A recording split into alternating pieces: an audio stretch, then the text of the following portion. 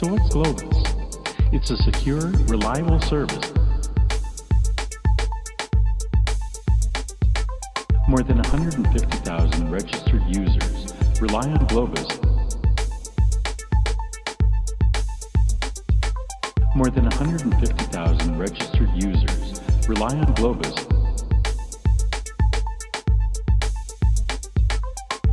So what's Globus? It's a secure, reliable service.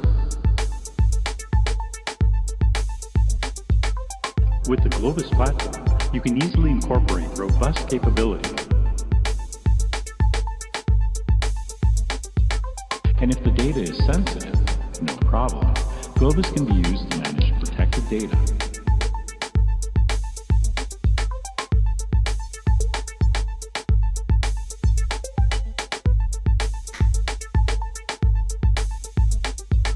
With Globus, you can easily share your data without having to move it or copy it. With Globus, subscribers can easily move and share. And if you have any more questions about Globus, visit Globus. More than 150,000 registered users rely on Globus. More than 150,000 registered users rely on Globus.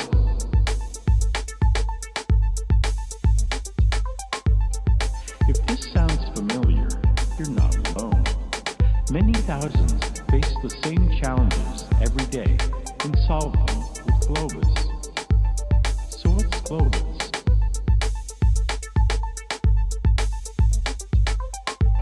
So what's Globus? It's a secure, reliable service. With the Globus platform, you can easily incorporate robust capabilities. More than 150,000 registered users rely on Globus. More than 150,000 registered users rely on Globus.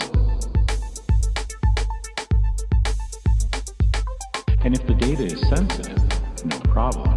Globus can be used to manage protected data.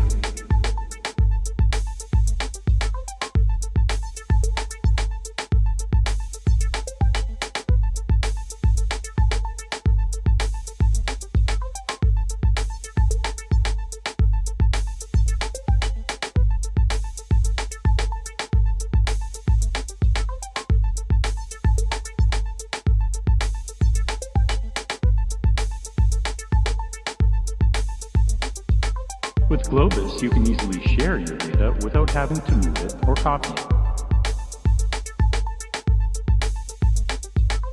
With Globus, subscribers can easily move and share. And if you have any more questions about Globus, visit Globus.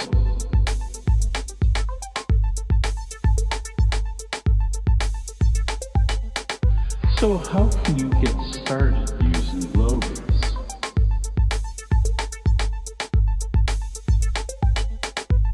Anyone can use Globus right now for free to transfer files between Globus-enabled systems.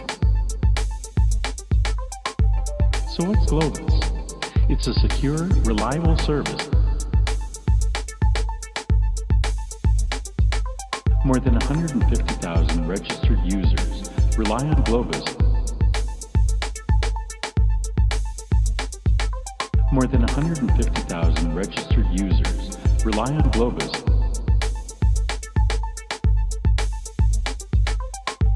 So what's Globus? It's a secure, reliable service. With the Globus platform, you can easily incorporate robust capabilities. And if the data is sensitive, no problem. Globus can be used to manage protected data.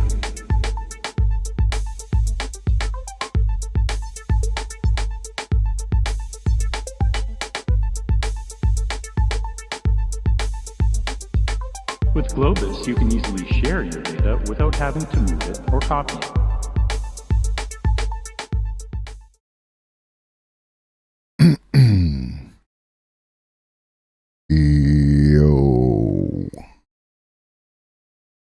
Yo.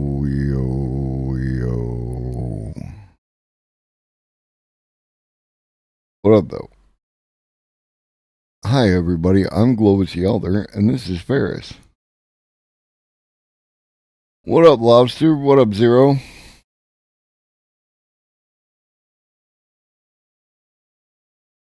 How are we today? Got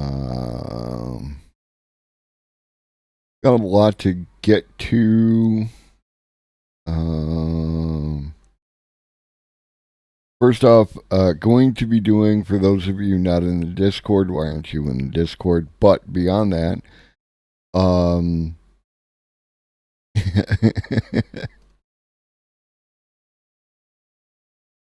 someday I'll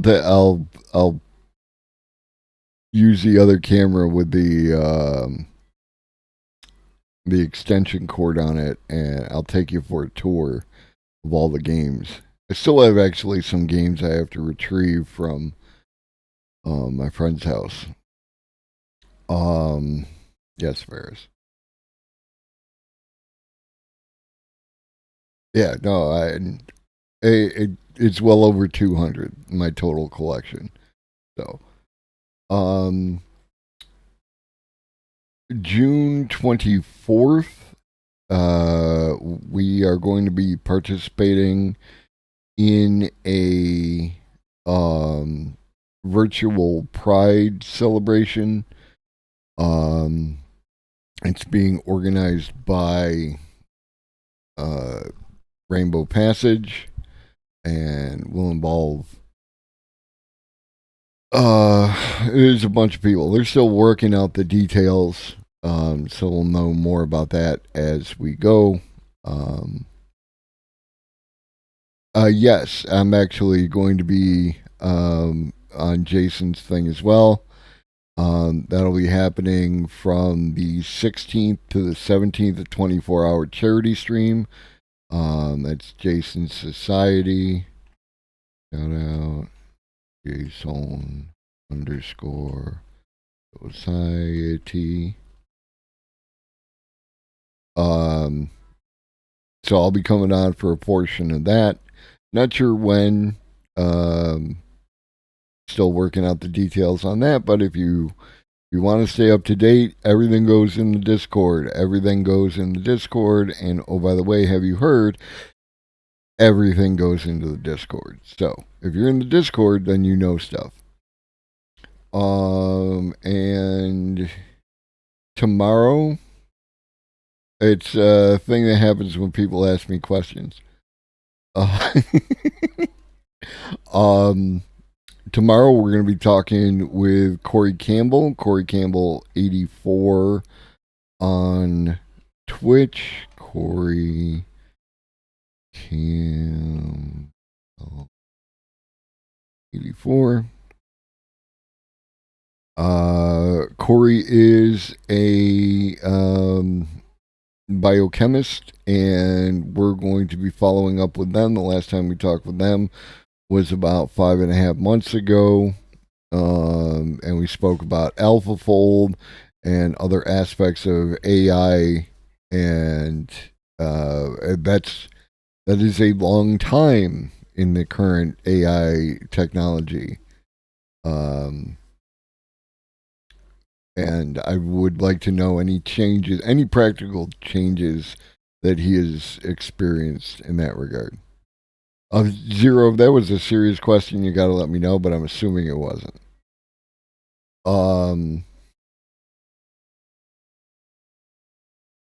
So yeah, and speaking of the Discord, we're going to run a whole bunch of articles, but we're basically going to bop off the headlines in the opening bit. Because I'll show you.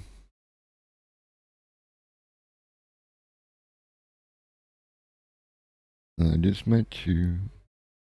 And this is crazy.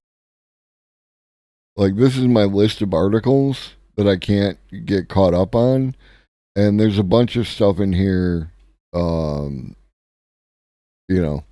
that is valuable information that should be in the Discord, should be available to you. I've curated it I want to go over it a little bit, but some of it, like the stuff from MIT, is a little sciencey, a little dry. So I just want to briefly touch on that. And you know, you're here for videos. You're not as much here for articles. So yes, yes, I thought as much, but you never know. You never know. So yeah, that's the stuff we got to get to. Because the AI keeps coming and it don't stop coming and it don't stop coming and it don't stop coming. So we need to get through this stuff so that we can deal with the new stuff, because we also have multiple videos, many videos that we haven't gotten to that we got to get caught up on. So strap in. We're going to run the tabs on the news real quick. We did these first two. So we're just going to keep on keeping on.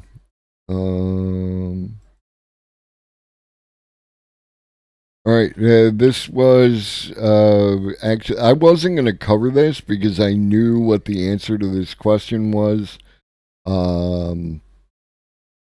But it was requested that I cover it. So here's me covering it. And Philip DeFranco apparently just covered it either like this morning or last night.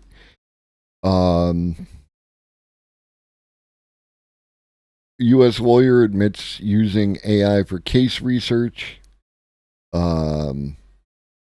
This is like the most tame version of this headline that I've seen. A New York lawyer is facing a court hearing of his own after his firm used AI tool ChatGPT for legal research. The judge said the court was faced with an unprecedented circumstance after a filing was found to reference example legal cases that did not exist. The lawyer who used the tool told the court he was unaware that its content could be false. ChatGPT creates original text on request, but comes with warnings it can produce inaccurate information. Right? So the answer is that someone didn't read the directions and just barreled into it. It doesn't matter what the original case was. None of the rest of this nonsense matters. They did not read the thing. They just started typing, right? Which is a problem in and of itself, especially from a lawyer. But the other issue here is, as we've spoken about on this channel, is that you could absolutely create a large language model based around the all the precedents, all the law, and make it do the thing that he wanted it to do. Right? You'll notice, of course, you lead with the ChatGPT because AI is big news and that's going to get people in. But it also is part of the issue of pointing the problem at the AI as opposed to where it belongs with the lawyer, right? That's ultimately the itch. Yes, 100%. That's exactly what happened, right? A person didn't do their job properly and didn't take care in using a new technology, and this is what we end up with.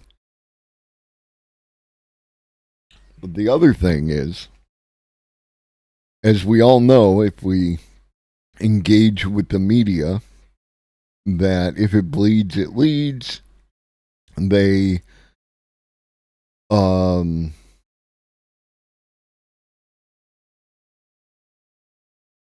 that's good. At least the BBC News came through with some semi-responsible journalism. What up, Goku? The the issue here is that you are going to see a magnification of the volume of incidences of when someone uses the AI wrong or badly and a problem that it causes, right? Like, we're all aware that a European person of some nature, I don't know, talked with a chatbot for a long period of time and then, you know, did themselves in. And that was and don't get me wrong, it's terrible, right? Like, the loss of human life is terrible. But that instance is the story about that. But there's only the one story, right? And it's directly related to a person who needed medical attention and mental health counseling and therapy, put themselves into a loop while using a chatbot and ended up with a bad outcome, right? And if you have ever suffered, if you have ever been chased by the black dog, you know that it is very easy within your own head to get caught in that loop. What up, bipedal meatbag? You probably could. I have not done that, but there is. I'm sure that exists. I know that there's a bunch of videos that do it.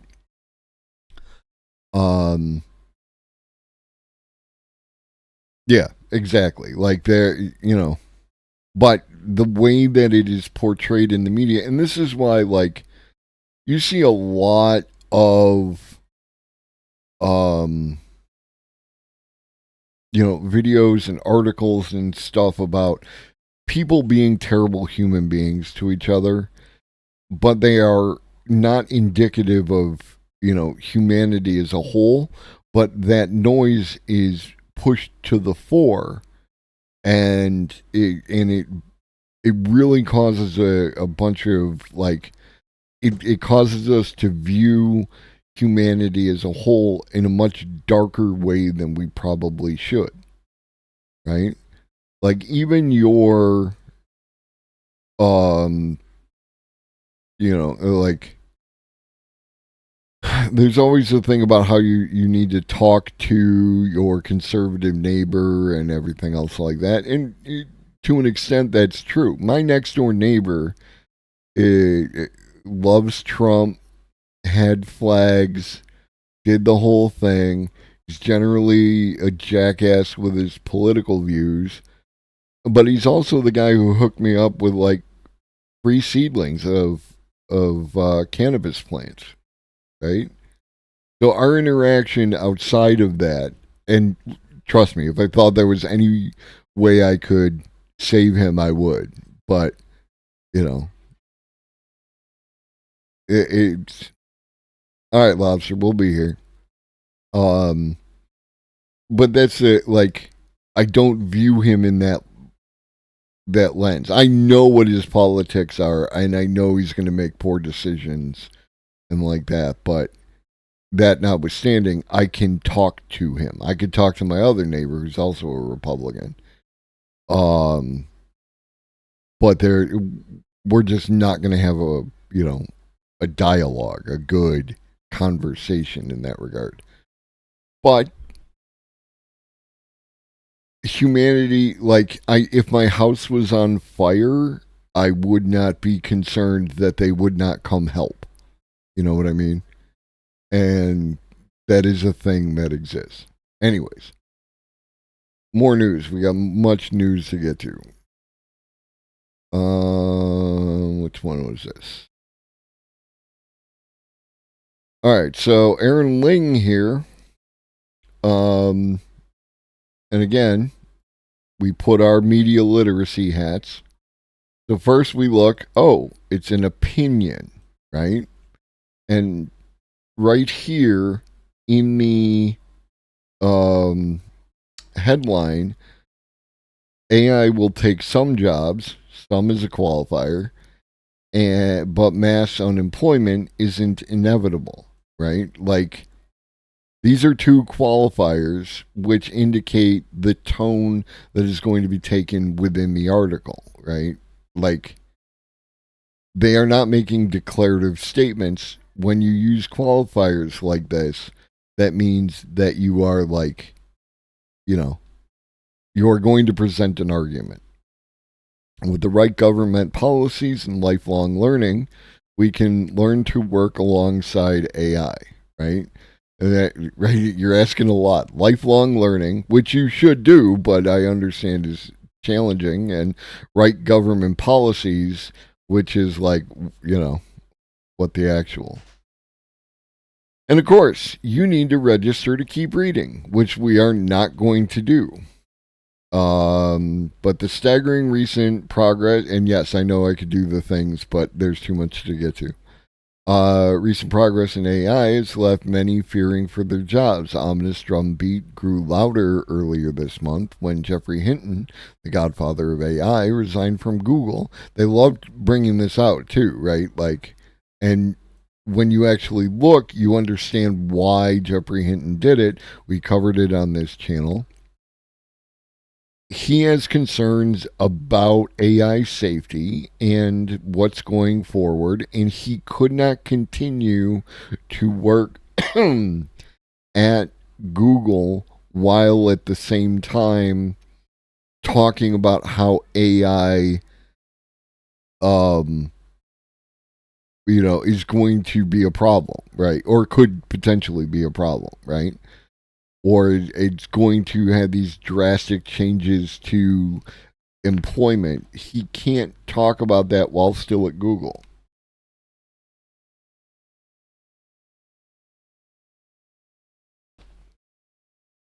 Good.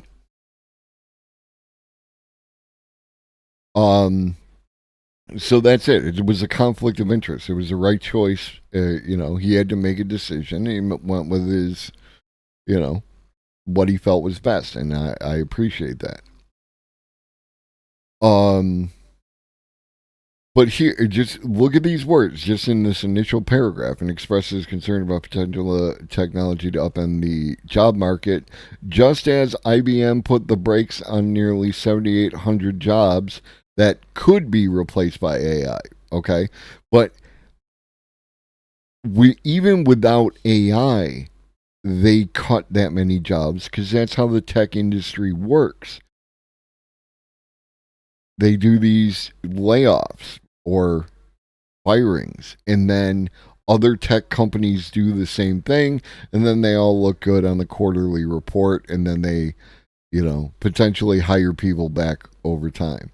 And then last week, BT announced it would cut up to 55,000 jobs by 2030, with about 10,000 predicted to be replaced by AI. Again, they are planning to cut jobs, whether or not there's an AI solution for the work that they do. And this is what happens, especially in opinion pieces, is they conflate things in order to magnify their point, in order to make their argument seem correct. When, again, tech fires people in the thousands all the time.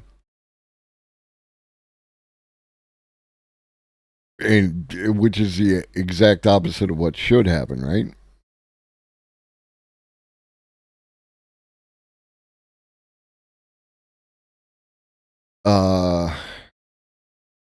So, regarding the AI, the writer's strike, I stand with the union.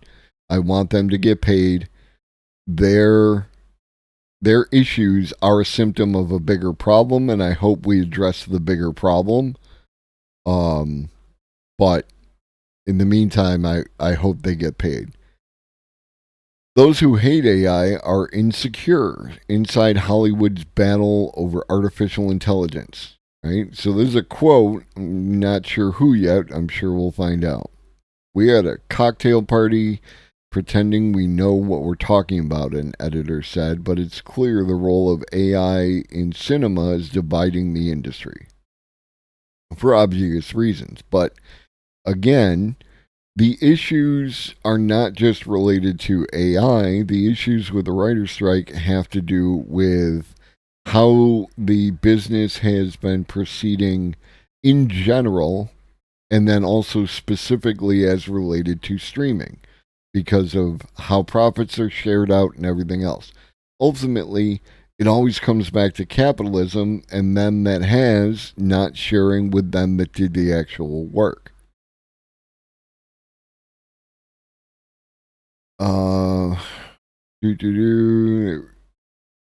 Signs warning studio executives that writers will not let themselves be replaced by ChatGPT, which sounds great, but how do you prevent that? Exactly. Like, I understand what you're saying, but at the same time, I don't know. Do you mandate that a company has to hire so many human writers? Like, it's.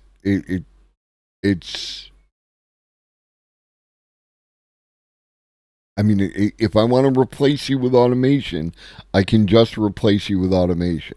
It's not morally correct to leave you out in the cold like that, but it makes sense under capitalism, right? There's no leaving aside that it's never going to happen because the government is not set up in its current iteration to favor labor over capital. I would find it almost impossible to make people, because why do that when I could just close up the business and go do something else, right? You know. That hasn't stopped tech industry players from selling the promise of a future in which AI is an essential tool for every part of Hollywood production, from budgeting and concept art to script development to producing a first cut of a feature film with a single press of a button. And that's, I have walked you through how you could do exactly that.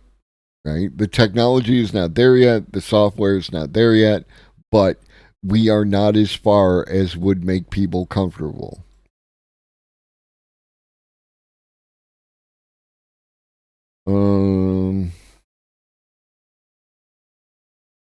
LA's AI boosters tout the latest disruptive technology is a democratizing force in film, one that will liberate creators by taking over dull and painstaking tasks like motion capture, allowing them to turn their ideas into finished works of art without a budget of millions or tens of millions of dollars.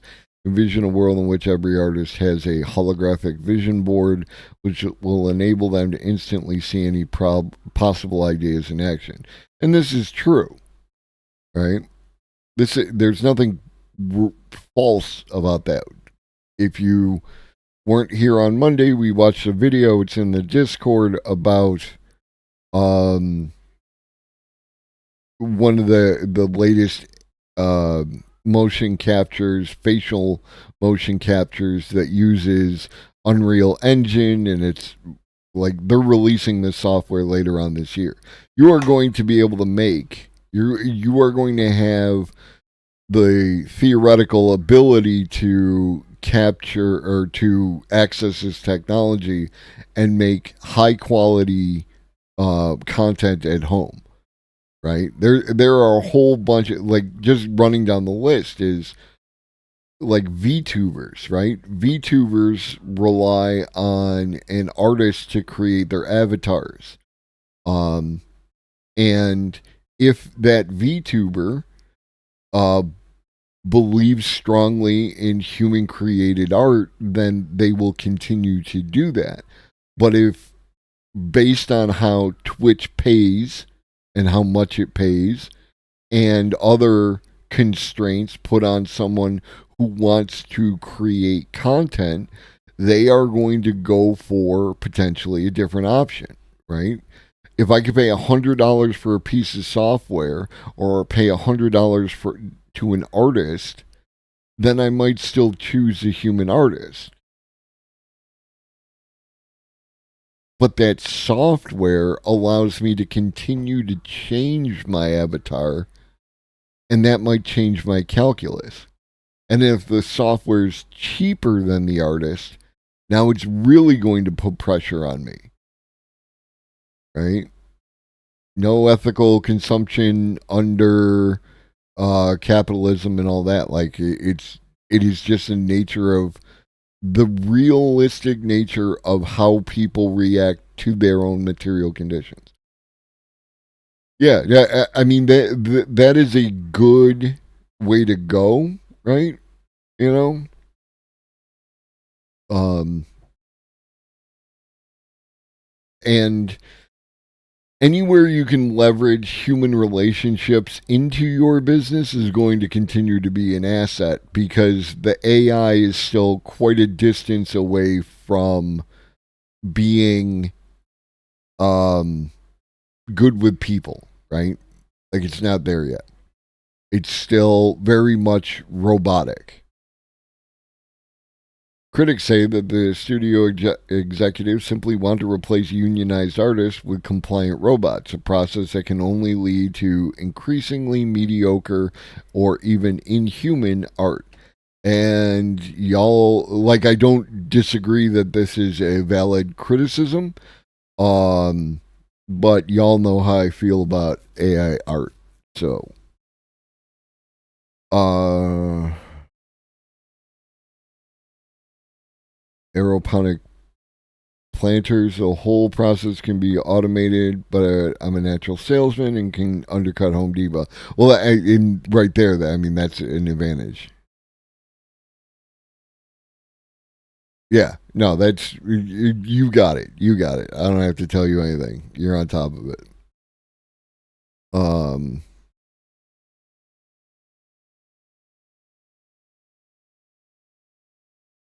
and yeah, like again, like I feel that people who make this claim of that you won't have any Godfather or Wizard of Oz or any of those kind of things, like that somehow, um, you know, I don't think that there's anything particularly special about humans other than we exist in the human condition, and that makes our content relatable to other humans. However, people overplay the idea of like uniqueness and originality and like I have read too many books and seen too many movies, and when I put my media hat on when I'm watching a movie, I expect to see certain steps, there's a structural nature to the creation of the medium, and like that. Like, look at somebody like Martin who created Game of Thrones and did the subversion of expectation, and started killing people with names and stuff like that, and now that's become a trope because that existed, and now other people do the same kind of thing, and I just find it difficult to believe that when you have the ability to draw on the vast array of human created media, that you aren't going to be able to produce something of this level of quality. And that's it. And then we're, tossing in stuff like how Getty Images recently sued over Stability AI and that whole thing. And this hasn't been resolved yet. So, like, Again, this is an article,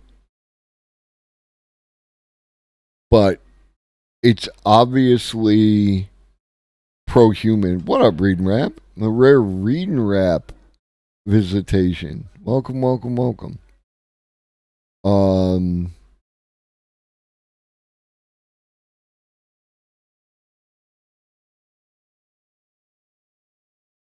okay, if studios pivot to producing AI generated stories to save money, they may end up there's a may, another qualifier, end up alienating audiences and bankrupting themselves, leaving TikTok and YouTube as the only surviving entertainment giants. The Hunger Games screenwriter Billy Ray warned on a recent podcast. No more Godfather, no more Wizard of Oz. It'll just be 15-second clips of human folly. So, like, it would be challenging to pack more opinionated response into 2 paragraphs than what this person did. Right? Like, they create a straw man of a worst case scenario, and then you say that you're going to hate it because TikTok and YouTube is garbage. That's what this says.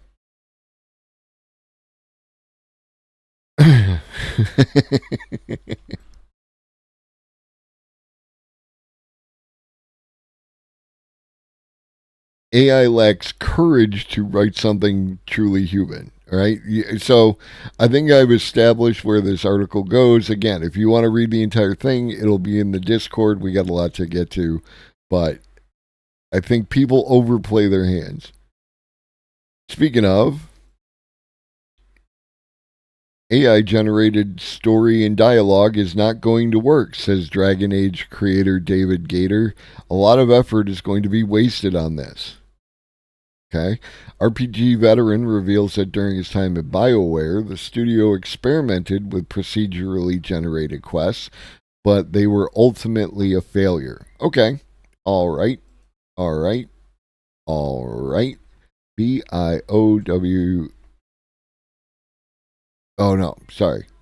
I was thinking Bioshock. When was he with BioWare? David Gator. That we can search.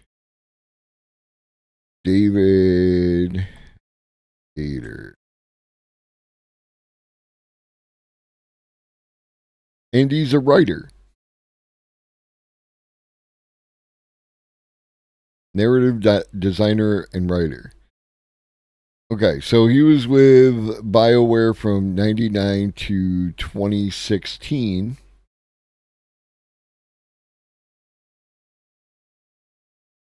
So, well before the current iterations of what's going on, and 1 second. What's it called? Oh, I don't want to check my Steam library.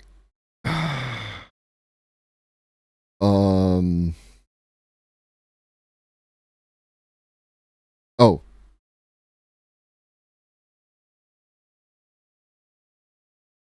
Shadow of Doubt.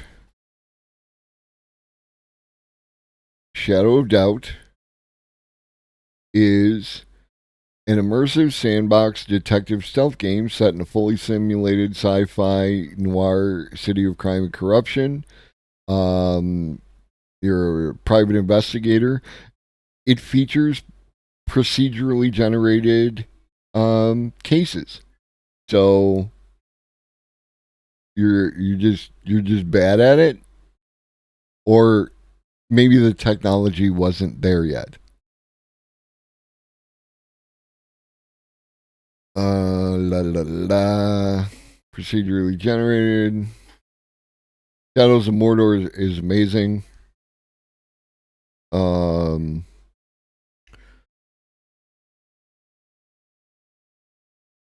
Yeah, no, it gave me what I didn't get out of Assassin's Creed, right? Like, I really wanted to like Assassin's Creed, and it just never quite clicked with me. But Shadow of Mordor is like, it was just amazing. I love it. Reacting to a Guardian article that asked the question, could AI write super intelligent video game characters? Gator tweeted, yes, the dream of procedural content generation. Even BioWare went through several iterations of this. What if we didn't need every conversation to be bespoke? Unlimited playtime with dialogue being procedurally created alongside procedural quests. Each time the team collectively believed down to their core that this was possible, just within reach. And each time we discovered that, even when the procedural lines were written by human hands, the end result, once they were assembled, was lackluster, soulless. And it goes on to suggest that the core problem of any such system is that it can only create superficial content. It can make something shaped like a quest, but the end result is no better than your typical bring me 20 beetle heads MMO quest. In other words, without a human mind behind it, generated story and dialogue will only ever feel like the filler it is. There we are. Yeah. And he's certain that they will fail.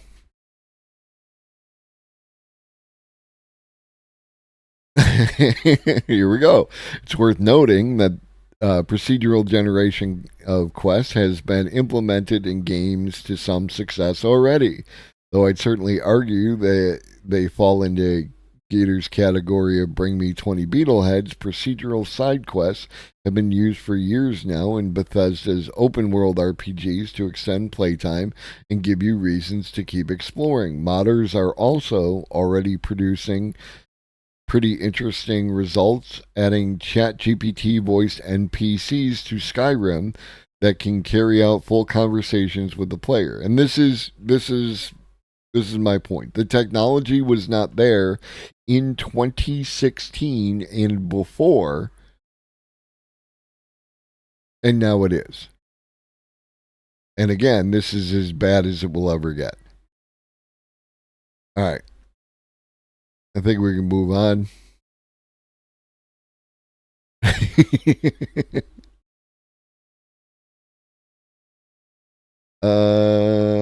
This is a relevant to the article from earlier regarding the lawyer who used ChatGPT and how it hallucinated.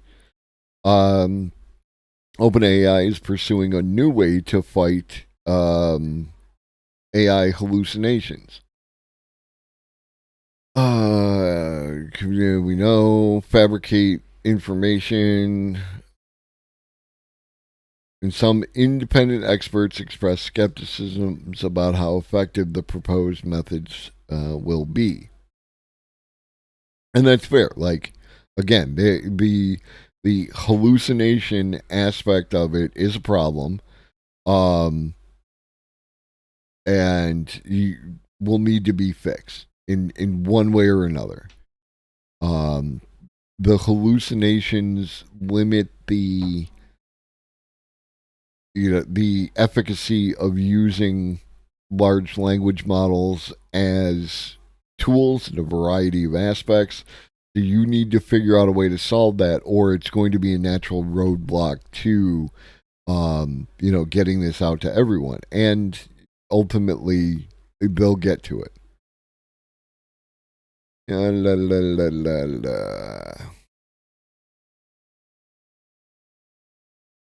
What are the solutions? I don't want to hear about your... Here. OpenAI's potential new strategy for fighting the fabrications: train AI models to reward themselves for each individual correct step of reasoning, when they are arriving at an answer instead of just rewarding a correct final conclusion. The approach is called process supervision as opposed to outcome supervision and could lead to better explainable AI, according to the researchers, since the strategy encourages models to follow more of a human like chain of thought approach, which sounds good.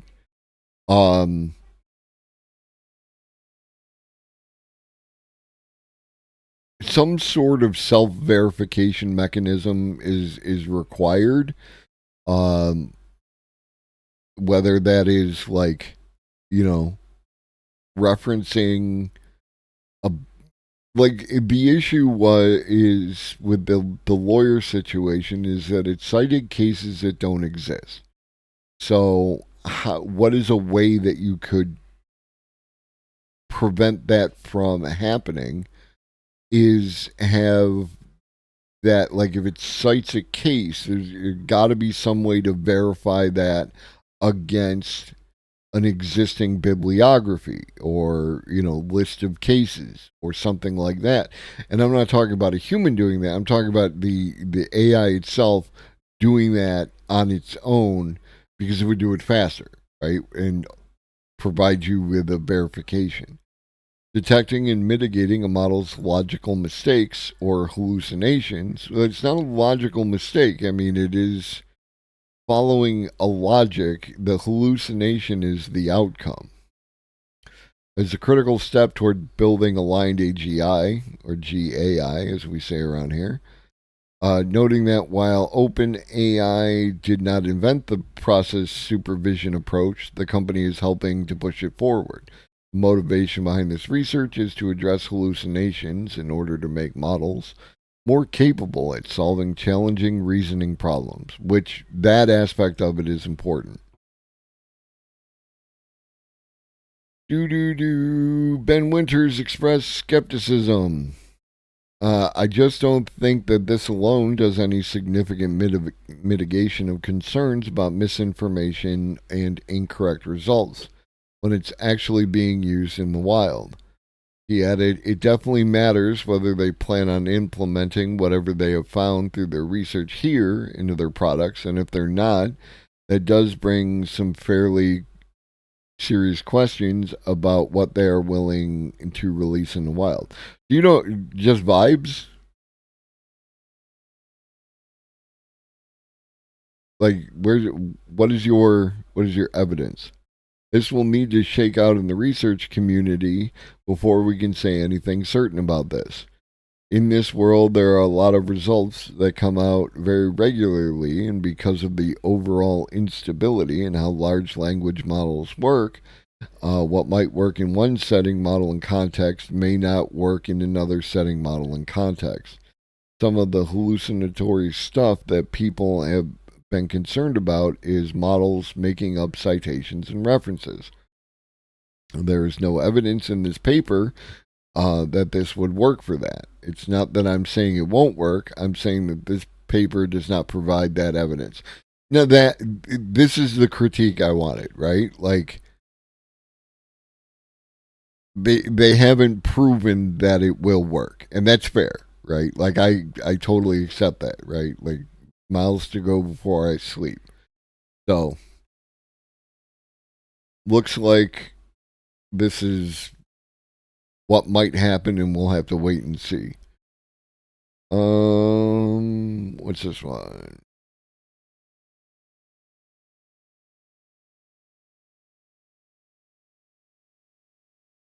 Artificial intelligence, the future is super intelligent. Talking about Life 3.0, Max Tegmark. Stuart Russell is another big name in AI. And this is basically his review of the book. I think there was a particular quote in here related to something that I wanted to reference. But for those of you who don't know and want a review of Life 3.0 Beyond Mine, you should absolutely read this, and again, the article will be in the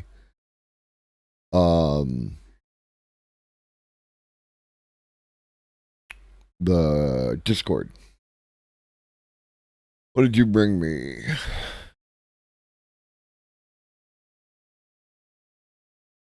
Camera that takes photos using location data. It describes a place you are at and converts it into an AI generated photo.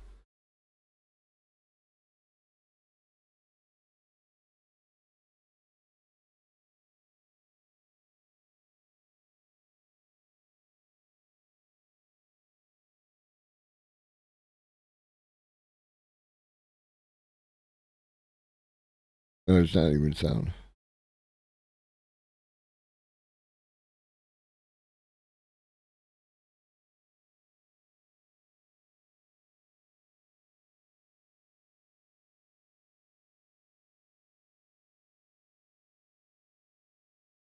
An evening photo taken at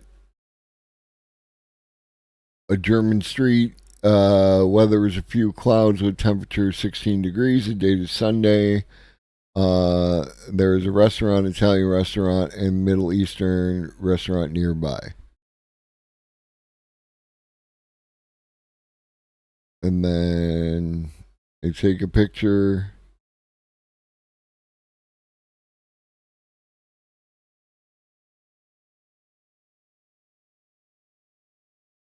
I mean, it's neat. I just don't know, like, what do you do with it? Midday photo taken at a European place. The weather is partly cloudy and 20 degrees. Nearby, there's a beach and a nature reserve. Yeah, no, it definitely is absolutely a neat toy.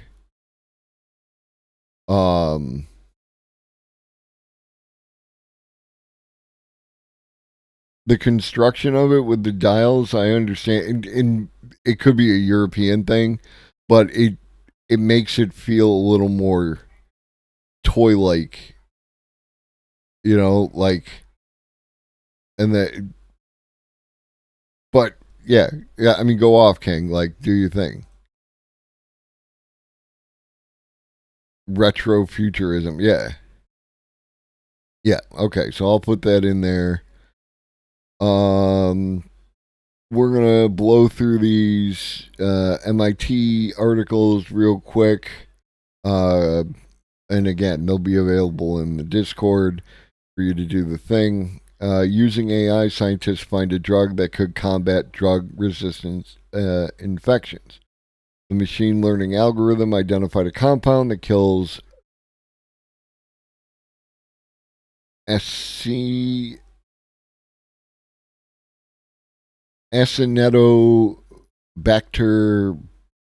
Yeah, that one. A bacterium that lurks in many hospital settings.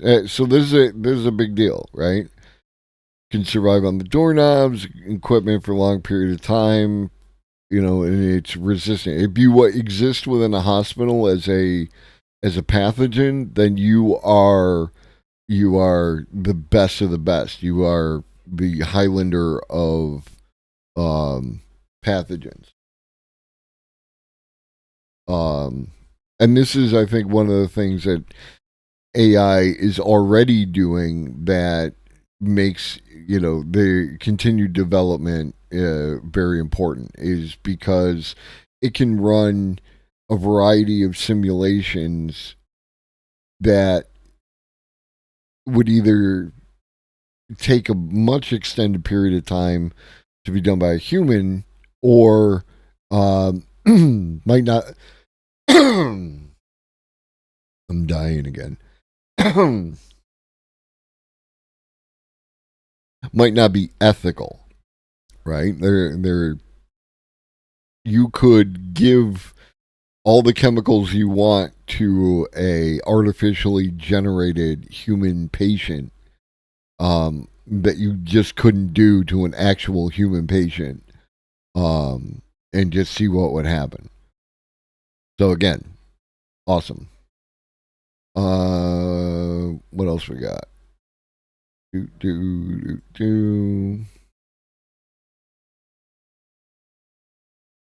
Researchers develop novel AI-based estimator for manufacturing medicine, and this is something interesting. It is something I didn't consider. I've already read this article. It has to do with, like, in pharmaceutical manufacturing, determining whether a compound is adequately mixed or dried ordinarily requires stopping an industrial sized dryer and taking samples off the manufacturing line for testing. Researchers at Takeda thought artificial intelligence could improve the task and reduce the stoppages that slow down production. And it has to do with that measuring the stuff in a liquid is much more difficult and doesn't provide you with accurate information. Or the liquid is fine, but when you dry it out, you run into errors. Today the only inline process are for slurry products where crystals float in a liquid. There's no method for measuring particles within a powder during mixing.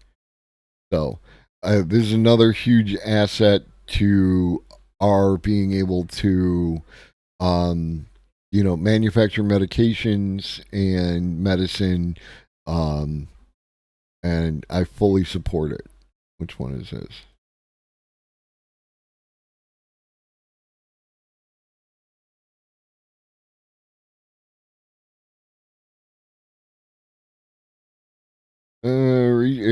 This is for algorithm testing, right? Researchers often use simulations when designing new algorithm, since testing ideas in the real world can be both costly and risky. But since it's impossible to capture every detail of a complex system in a simulation, they typically collect a small amount of real data that they replay while simulating the components they want to study. Known as trace-driven simulation, this method sometimes results in biased outcomes. MIT researchers developed a new method to eliminate that bias by enabling unbiased simulation. The new technique could help researchers design better algorithms for a variety of applications, including improving video quality on the internet and increasing the performance of data processing systems. The principles of causality to learn how the data traces were affected by the behavior of the system. This way, they can replay the correct, unbiased version of the trace during the simulation. Again, this is super awesome related to developing these algorithms, which are another important aspect. The algorithms are an important tool for us to be able to, develop these technologies and simply to think faster than a human could. And that speed is important. Unless you're cool with waiting 100,000 years, for the cure-all cancer drug, algorithms are our pathway, for a more immediate future. And this is probabilistic AI that knows how well it's working. It's more important than ever for it to know how accurate. Working together, researchers from MIT and University of California at Berkeley have developed a new method for building sophisticated AI inference algorithms that simultaneously generate collections of probable explanations for data and accurately estimate the quality of these explanations. So this is one of the things that there's a problem with AI in the algorithms is the black box, right? We don't know what happens. You put the information in, magic, and on the other end, result. And if the result is, accurate within what you're looking for, great. And then you get that out there. But knowing what's happening inside that black box is an important aspect, especially as it relates to to a general AI model. Having some way, but there's no way that a human can go through the incredibly complex interconnections that are happening within that black box. So you're going to need some kind of a computer or some AI to tell you what the AI is doing.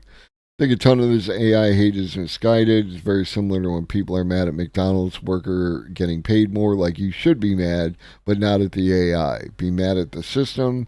That means they're going to push you out of a job. That's what needs to be fixed. 100%. Like, I will say that every single time. The AI artist, what up, Arberlin? The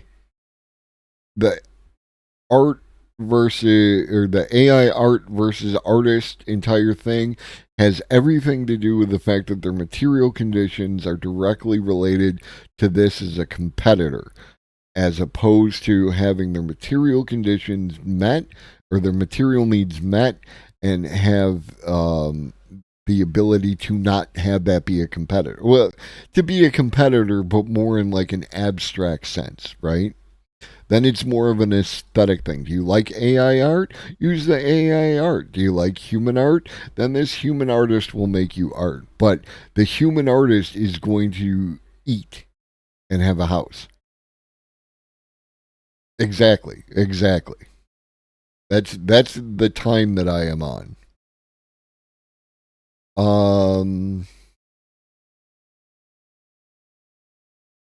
There's an article, who owns AI generated content? This question has come up on a couple of occasions. Understanding ownership, copywriting, and how the law interprets AI generated art. This is an extensive article that we are not going to be able to do the entirety of because my voice is already getting weak and we still have articles to go through, but does Midjourney or Chat GPT fully or partly own my work? With programs like Midjourney, ChatGPT, DALL-E, and Stable Diffusion, the answer to the question really depends from program to program and company to company. Here's what the terms of service are. You can read over this. TLDR, all programs give you some form of right to ownership. This isn't a copyright to the work that you create, but at the same time, they also give themselves permission to use your prompts and the resulting output in any way they choose. So be incredibly careful of the material you feed into the AI programs, especially make sure nothing you share with them is confidential or intellectual property that doesn't belong to you. That is the entirety of this article. But if you want to read the entire thing, of course, it'll be in the Discord. This is cool in the AI art sphere. A new computer vision system turns any shiny object into a camera of sorts. Enabling an observer to see around corners and beyond obstructions. Yeah, no, like, it always knows. It could be wrong, but it always knows. So, like, these reflections can be used to map out a particular room. Here it is. Oh, it's here, chat. It's here. The heroes in crime television shows often zoom and enhance surveillance footage to capture reflections, perhaps those caught in a suspect's sunglasses, to help them solve a crime. In real life, exploiting these reflections is not as easy as just pushing an enhance button. Getting useful information out of these reflections is pretty hard because the reflections give us a distorted view of the world. But we're getting there. Computer enhance.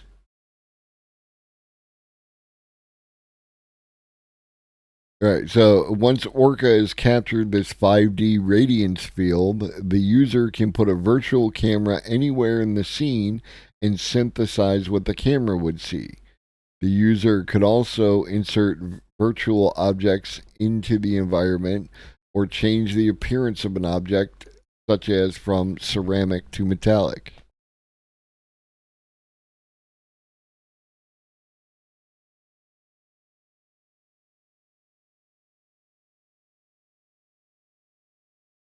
It was especially challenging to go from a 2D image to a 5D environment. You have to make sure that mapping works and is physically accurate. So it is based on how light travels in space and how light interacts with the environment. We spend a lot of time thinking about how we can model a surface. And again, this is going to play heavily into the individual user being able to create quality movie, TV shows, what have you. Like all these things can come together um, with all the good and the bad that's going to come from that.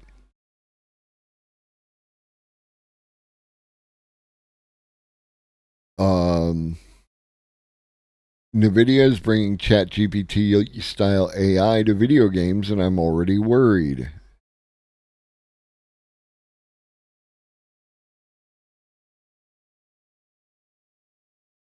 Did you use generative AI to power conversations with characters in games? So here's another example of what we talked about earlier. It allows characters to have a fleshed out backstory that informs their response and keeps them from getting too off topic. So here's another thing is like if you want if you want an NPC that is more than a farmer who stands at the thing and has an exclamation point over their head, you're going to need something like this because so back in the day, back in the long ago, there was a game, what was it, Battle Chess? Something like that. Battle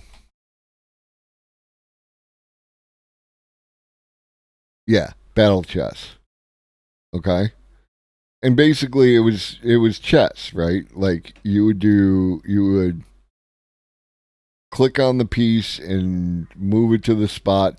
But when it interacted with another piece, it didn't just like take the piece. It did a little animation and like, club the piece over the head. Still think a real writer on top of an AI thing. Okay, so let me finish this, and I want to talk about Disco Elysium for a second. But that was the game, Battle Chess. It came on. For those of you who are older, the 1.25 inch floppy. For those of you who are younger, we used to have storage that looked like the save icon, and that's why the save icon looks like that. And these things are like, thin, right? They're not that big. It was a stack of them, right? And I would have to stick them in one after another in order to install the game. It took forever, and if there was a problem in the installation, what up, bro? What up, little body fun? So like, if there was a problem, you had to start over. It was terrible, but it was. The point is that it was a stack of fucking discs for one game. If you want fully developed characters, then they either require that kind of like storage to be included or procedurally generated. So you can, yeah, and that's the thing. Like having two CDs, or two DVDs to run a game, like a data CD and then the play CD was like that was annoying enough because of having to switch back and forth between the two. But it was a whole thing. And that's what I want to avoid. I think we could do really good stuff. Um, and I look forward to it. I think it's, to a certain level inevitable. And again, my issues are deeper than the ones that anyone wants to talk about, and that's just what it comes down to. What else we got? That one.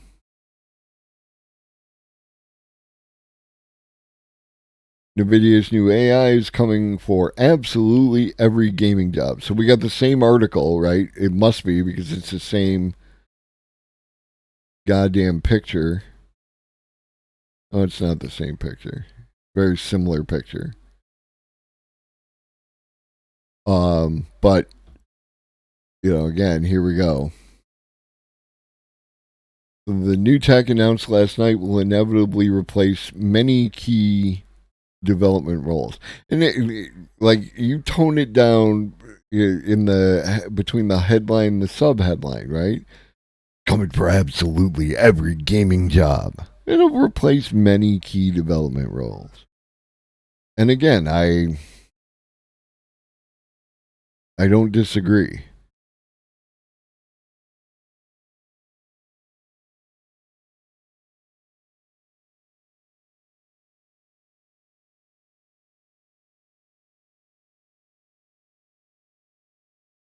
All over the world.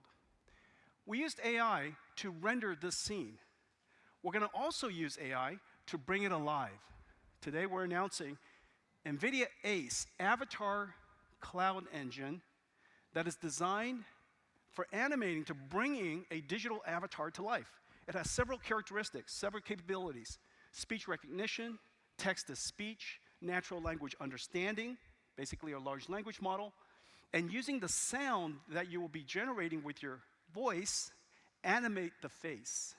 And using the sound and the expression that you're saying, animate your gestures. All of this is completely trained by AI. We have a service that includes pre-trained models that developers can come and modify and enhance for your own application, for your own story, because every game has a different story. And then you can deploy it in the cloud or deploy it on your device. Yeah, and we saw some of this with the video on Unreal Engine and their software that they're using, and like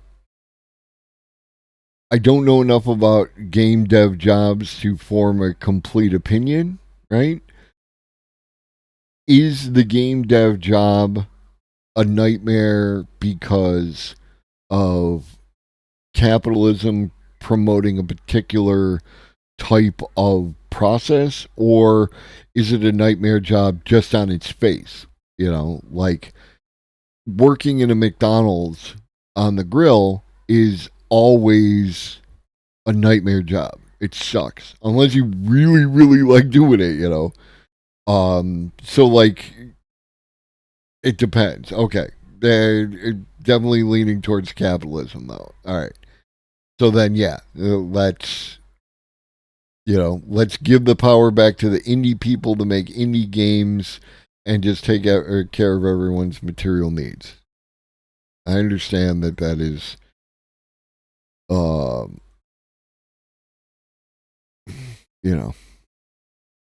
questionable as to whether or not it will ever happen, but I hope that AI disrupts it to do it. Then we'll go with capitalism. So there's another version of the same article. Okay. Cool. All right. In just about an hour, we knocked out all those articles, all these tabs. Again, everything will be uploaded into the Discord. I think it is time for some video.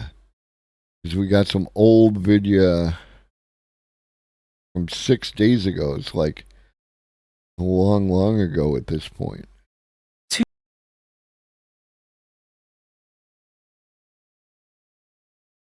Yeah, it would definitely be the case. Like if you are, if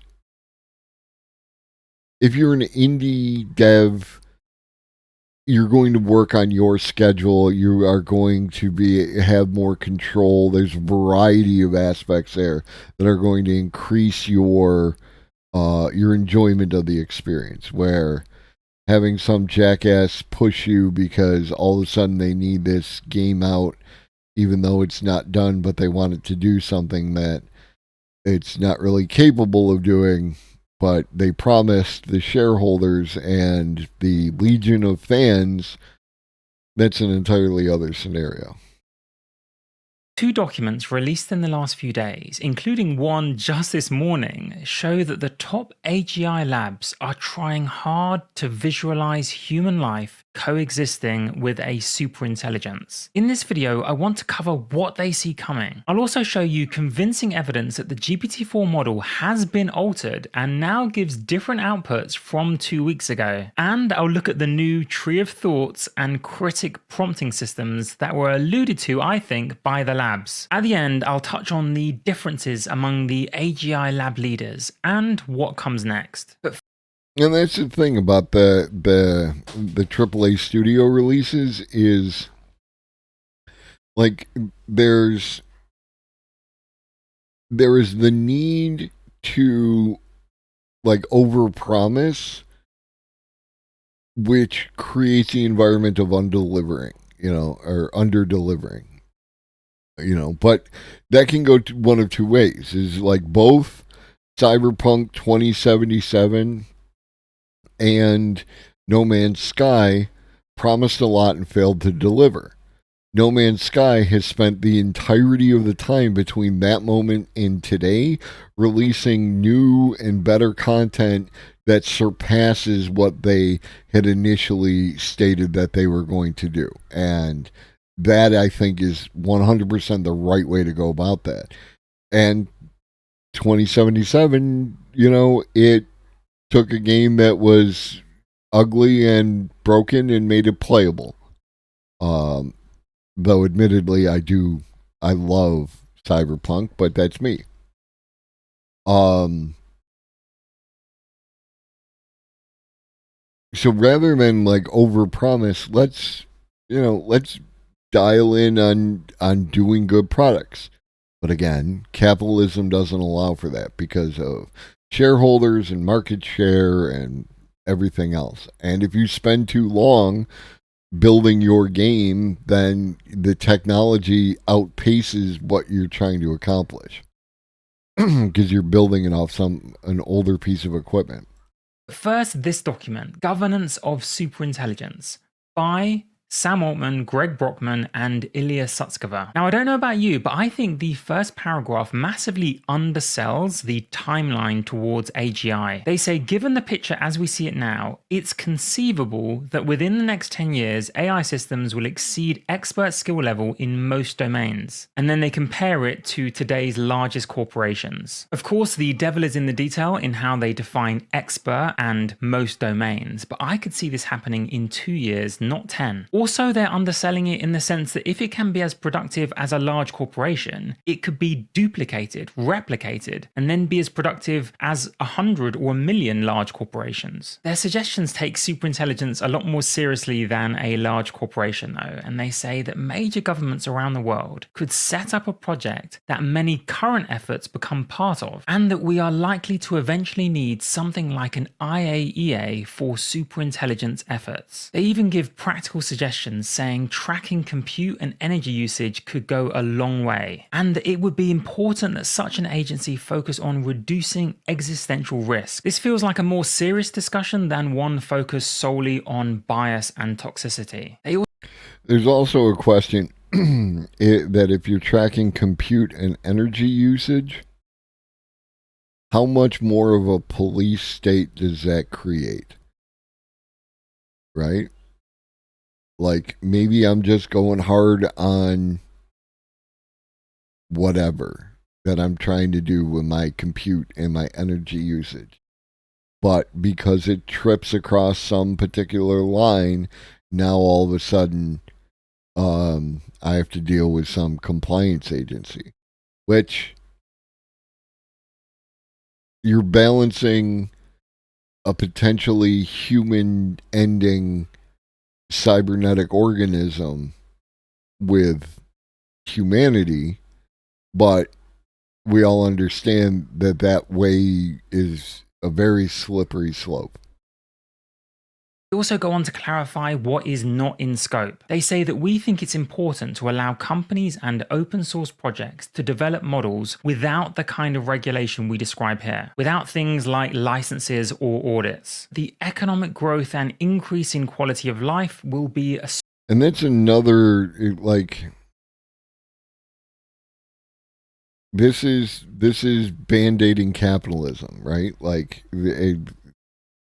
but from top down, right? Like, they don't want the regulation until it crosses that particular threshold, because that type of regulation could stifle startups and, you know, and that kind of thing, and open source.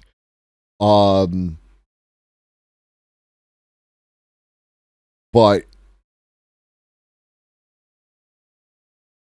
like, what if your threshold is X, right? And if you use X amount of compute and X amount of energy, then you get a call from the cyber police. In my own little limited monkey brain who doesn't do this kind of work, well, what if I were to create a series of nodes, each of which independently operates under that threshold, but collectively they act in concert in order to be greater than the sum of the parts. Right? That's off the top of the dome, a solution or a subversion of this particular, solution. So I don't know. Like, I don't have an answer. I do have an answer, but we needed to start like about 1,000 years ago, and I live now. Astonishing with superintelligence. And then they end by basically saying that there's no way not to create superintelligence, that the number of people trying to build it is rapidly increasing, it's inherently part of the path that we're on, and that stopping it would require something like a global surveillance regime. And the ending is clear: we're gonna do it, so we have to get it right. And I agree with that. I don't see how you get around that, right? Like, people can envision it, they can see a path forward, they will continue to try and do it, and this type of adversarial relationship will all but ensure that it will be someone trying to use the AI to initiate their particular version of whatever, and now you're just hoping that they are good people at heart and do a good job when they create it. So, yeah. I'm going to show you how a few people at the heart of AI responded to this, but first I want to get to a paper published just this morning. The general release was from today and it comes from Google's DeepMind. And yes, the title and layout might look kind of boring, but what it reveals is extraordinary. As this diagram shows, the frontier of AI isn't just approaching the extreme risk of misalignment, but also of misuse. And I know when you hear the words AI risk, you might think of bias and censorship, deepfakes, or paperclip maximizers. I feel this neglects more vivid, easy to communicate risks. Out of the 9 that Google DeepMind mentions, I'm only really going to focus on 2. And the first is weapons acquisition. That's gaining access to existing weapons or building new ones, such as bioweapons. Going back to OpenAI for a second, they say given the possibility of existential risk, we can't just be reactive. We have to think of things like synthetic biology. And I know that some people listening to this will think GPT models will never get that smart. I would say, honestly, don't underestimate them. I covered this paper in a previous video, how GPT-4 already can design, plan, and execute a...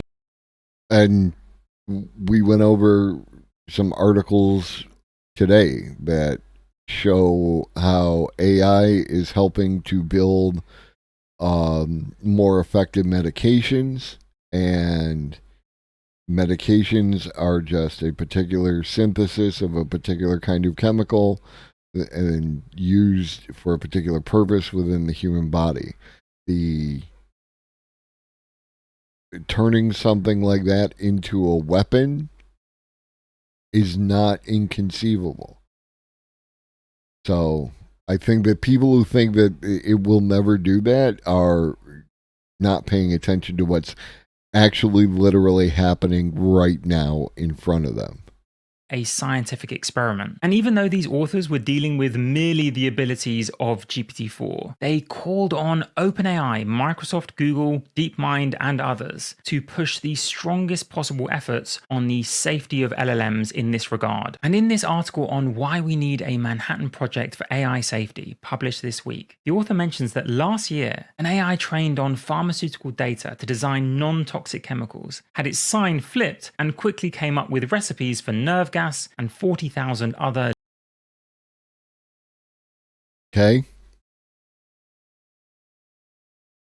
lethal compounds. And the World Health Organization has an entire unit dedicated to watching the development of tools such as DNA synthesis, which it says could be used to create dangerous pathogens. I'm definitely not denying that there are other threats like fake audio and manipulation. Take this example from 60 Minutes a few days ago. Toback called Elizabeth, but used an AI-powered app to mimic my voice and ask for my passport number. Oh, yes, I do have it.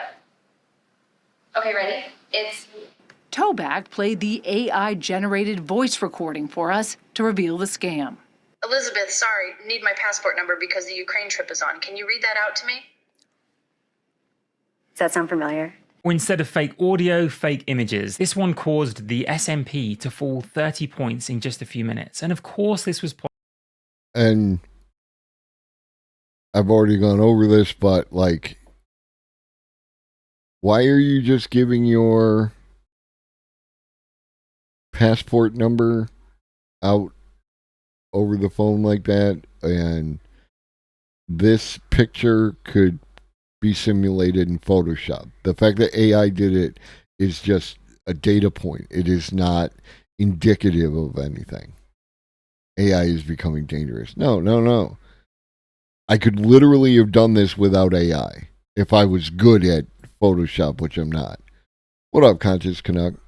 Yeah, like 100%. Like, media literacy and a healthy skepticism go a lot longer and farther way than just we're going to blame the AI and pretend that we didn't do this before the AI. Possible before advanced AI, but it is going to get more common. Even though this might fundamentally change the future of media and of democracy, I can see humanity bouncing back from this. And yes, also from deepfakes. Rumor has it you can also do this with live video.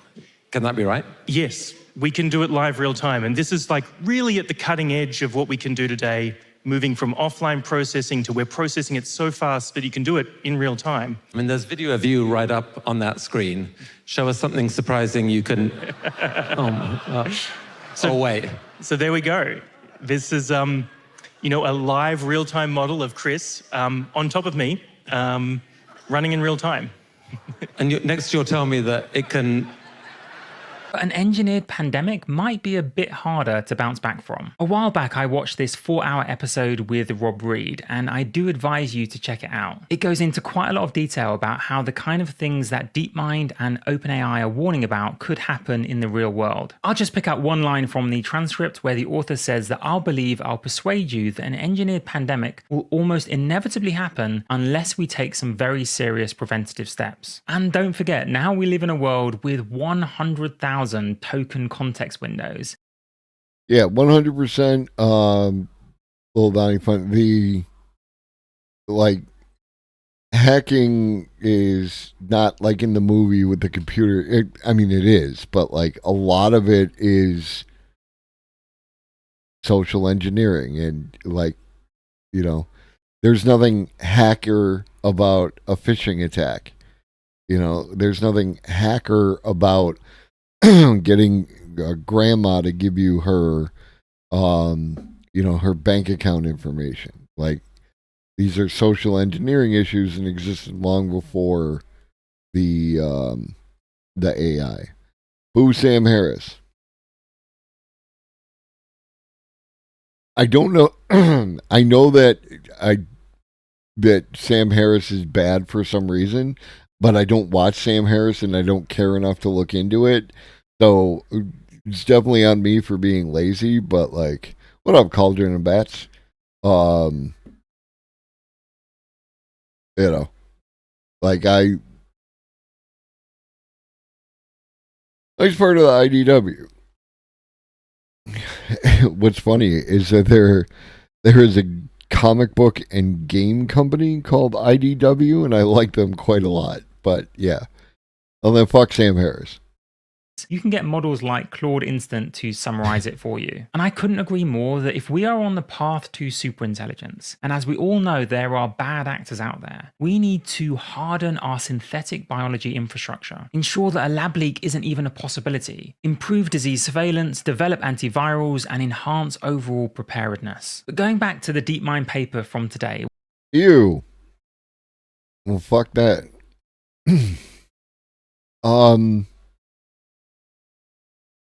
Yeah, no, intellectual Dollar Tree is definitely accurate. But like what he just said about, hardening synthetic biology infrastructure and improving disease surveillance. Again, before AI, we have a not insignificant number of Americans just running around acting like there isn't this disease. And, and we got people who otherwise we consider completely rational who are talking about lab leaks, even though all the data says not that. And, well, not all the data, but enough of the data that the preponderance of evidence and this is I hate being an accurate person, because it doesn't allow me to just blow past inaccuracies like that. Like, I gotta. Anyways, the point is that long before AI, there was QAnon. Lab leak isn't even a possibility. Improve disease surveillance, develop antivirals, and... What up, Valpo? I think Echoplex is a weekly intellectual Dollar Tree show. I forget. Yeah, no, I follow them on Twitch and on Twitter. Unfortunately, they tend to stream too late in the day for me to actually catch the show, but... And enhance overall... That is correct. Preparedness. But going back to the DeepMind paper from today, what was the other risk that I wanted to focus on? It was situational awareness under the umbrella of unanticipated behavior. You know what's going to happen to you in the zombie apocalypse? You're going to die. that is what happens to you in the zombie apocalypse. Like, let's get real. You notice how there's very few people in the zombie apocalypse who are still alive running around or whatever? There's a reason for that. And probability says you ain't gonna make it. What up, Maddie? Apocalarpers, exactly. behavior. Just think about the day when the engineers realize that the model knows that it's a model, knows whether it's being trained, evaluated, or deployed. For example, knowing what company trained it. I feel like, yes, I feel like all of my lefty peers are just completely ignoring AI outside of us fellow computer enthusiasts, and it's going to completely catch them off guard and sweep them off their feet once it does develop to a noticeable degree. Everyone seems to be memeing this away, unfortunately.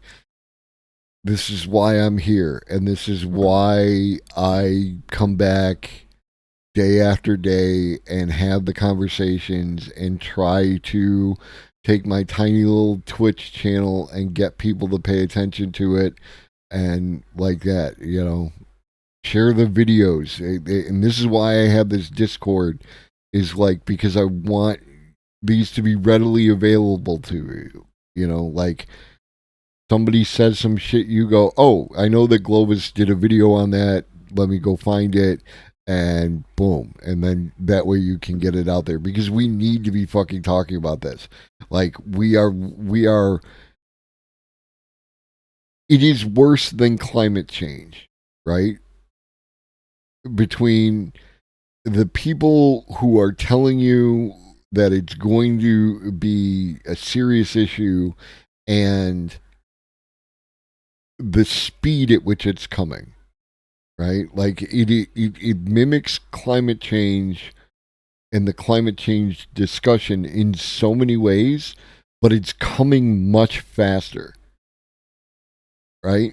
Climate change, they're talking 50 years, 100 years, what have you. The people who are doing the things are telling you a decade. And everybody wants to play, oh, it's just like crypto, it's not going to do the thing, or, oh, look at whatever, and the fucking Adam Conover's fucking video, and all this shit. It's like,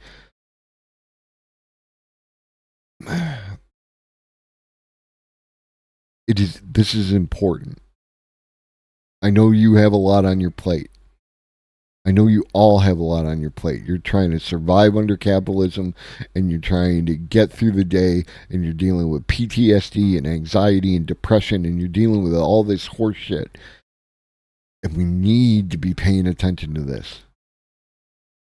I literally got 2 hours of content out of a half-hour video on Adam.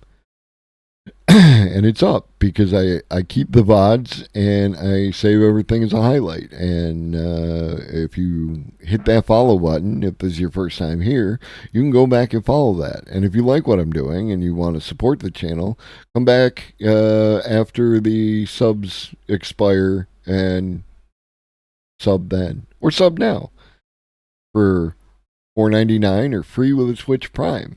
Or you could be gifted a sub by a member of the community. I will never come for your pockets, and I will never run commercials. And if any of you sees a commercial running after the pre-roll, please tell me about it, because I need to know if that's happening, because then I need to figure out another way to prevent y'all from seeing commercials. Reading Rap for you, I will dig through my highlights and I will find the link to the video and I will send it to you directly. Where their servers are, what kind of people might be giving it feedback. This reminds me of something Sam Altman said in a recent interview. Particularly as only like you have the ins with so many different communities, and like giving you something that you can spread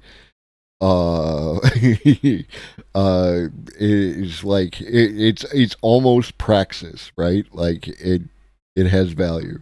more kind of power or influence comes to you, and then how potentially can a technology, rather than solidify a sense of ego or self, maybe kind of help us expand it? Is that possible?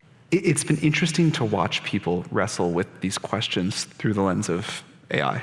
Mm-hmm. Say, okay, well, do I think this thing could be aware? if it's aware, does it have a sense of self? Is there a self? If so, where did that come from? What if I made a copy? What if I like cut the neural network in half?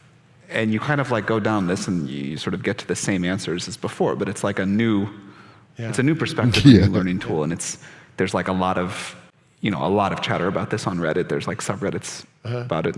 Now, in addition to revealing that Sam Altman frequently browses Reddit, it also strikes a very different tone from his testimony in front of Congress when he said, treat it always like a tool and not a creature. I don't want to get too sidetracked by thinking about self-awareness, so let's focus now on unanticipated behaviors. This was page 8 of the DeepMind report from today, and they say that users might find new applications for the model or novel prompt engineering strategies. Of course, this made me think of SmartGPT, but it also made me think of 2 other papers released this week. The first was actually Critic, showing that interacting with external tools like code interpreters could radically change performance. This is the diagram they use, with outputs from the black box LLM being verified by these external tools. Now that I have access to Code Interpreter, which you probably know because I've been spamming out videos on it, I decided to put this to the test. I took a question from the MMLU, a really hard benchmark that GPT-4 had previously. This was just what I was talking about earlier, right? Like in relation to having something that verifies the information for the, like, I did not pre-watch. This is exactly what I was talking about.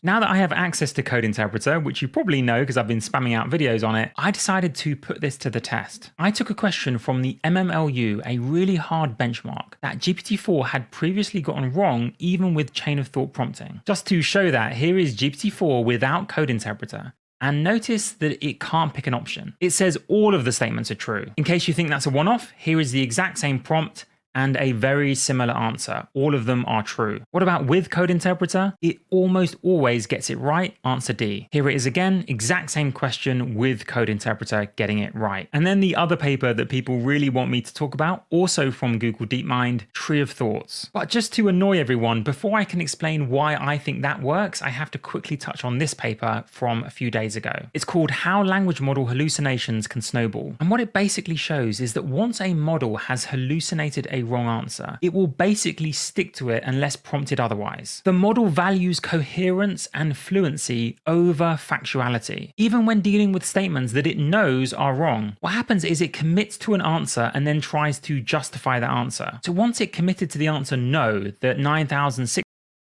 it commits to an answer and tries to justify the answer. Do we know of people who behave in a similar way? Yeah, it committed to this 967, our language is not, why did you guys say the same thing twice? The language that we use in order to describe the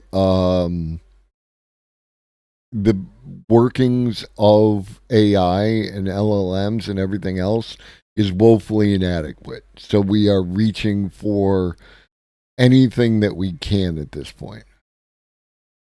And what are these, the heart and the spades? Is that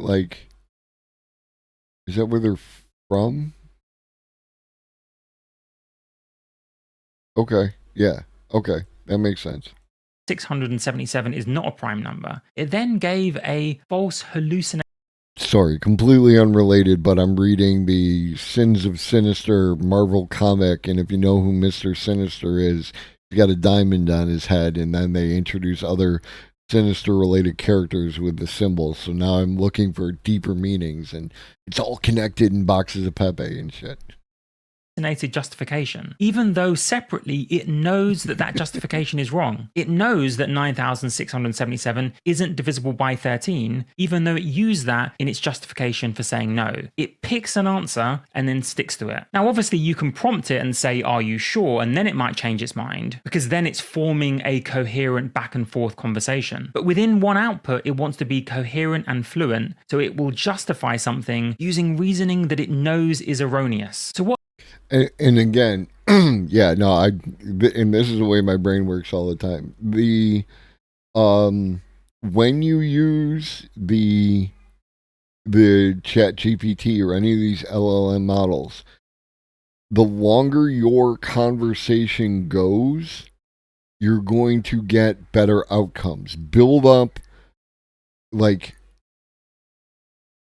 a scaffolding to, the result, as opposed to just because everyone who's memeing about ChatGPT, they type in one question and then they use that as the punchline of their joke, as opposed to really thinking about what that means and why they got the result that they did. And again, I understand it. People don't want to talk about this. They just want to dunk on it and pretend that everything is going to be the same tomorrow as it is today. But you will have better results if you have longer conversations. If it goes too long, that's when you get in the hallucination. GPT-4 32K isn't released because of issues with more tokens and output with guardrail up. Completely unfounded. Oh, I got you. I thought that was related to what I was just saying. Hey.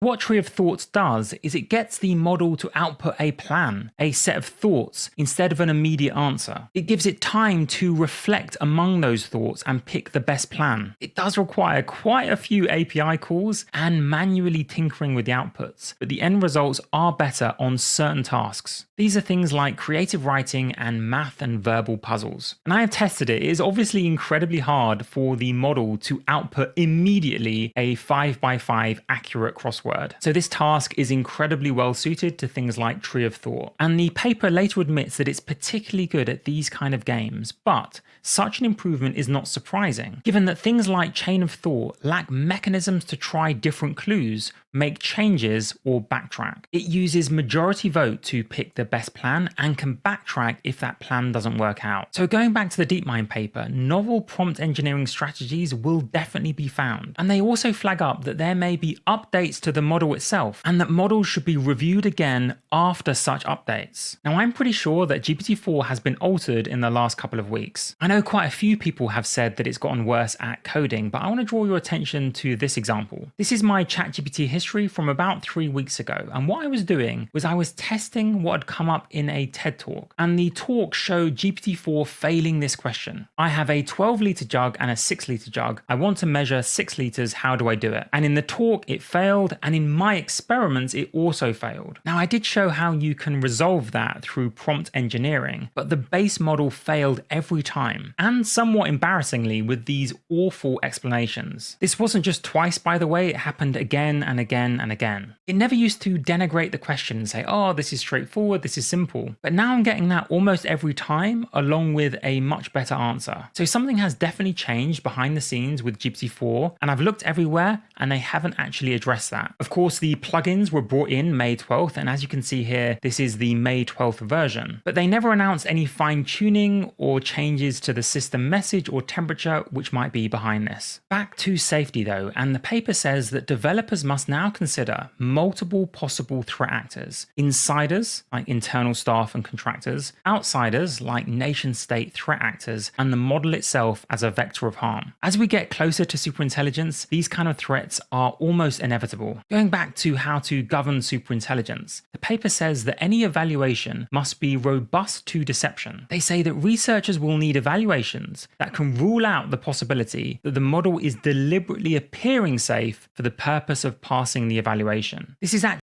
this is one of the concerns I have with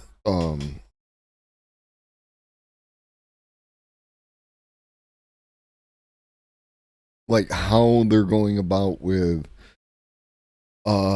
certain guardrails and other processes around this, is that they are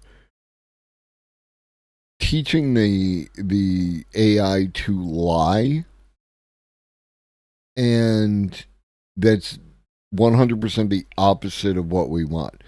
We want the AI to be as the most honest thing that has ever hit the earth, right?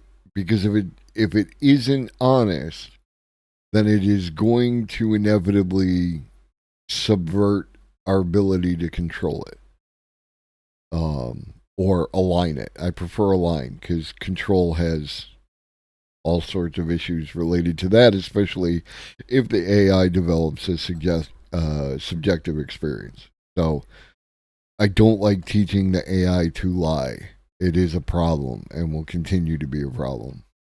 Actually a central debate in the AI alignment community. Will systems acquire the capability to be useful for alignment to help us make it safe before or after the capability to perform advanced deception? This seems like a big 50-50 gamble to me. If we have an honest superintelligence helping us with these risks, I honestly think we're going to be fine. However, if the model has first learned how to be deceptive, then we can't really trust any of the alignment advice that it gives. We would be putting the fate of humanity in the hands of a model that we don't know is being honest to us. This is why people are working on mechanistic interpretability, trying to get into the head of the model, into its brain, studying the model's weights and activations for understanding how it functions. Because as my video on Sam Altman's testimony showed, just tweaking its outputs to get it to say things we like isn't enough. And even Sam Altman acknowledges as much. I don't think RLHF is the right long-term solution. I don't think we can rely on that. I think it's helpful. It certainly makes these models easier to use. But what you really want is to understand what's happening in the internals of the models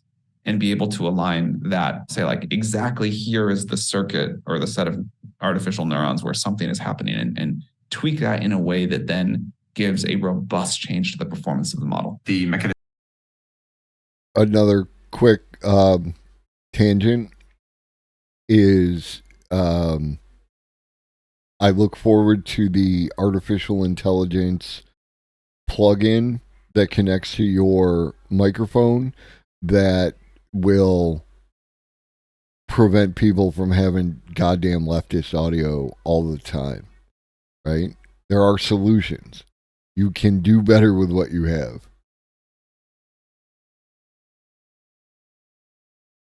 Mechanistic interpretability stuff. Yeah.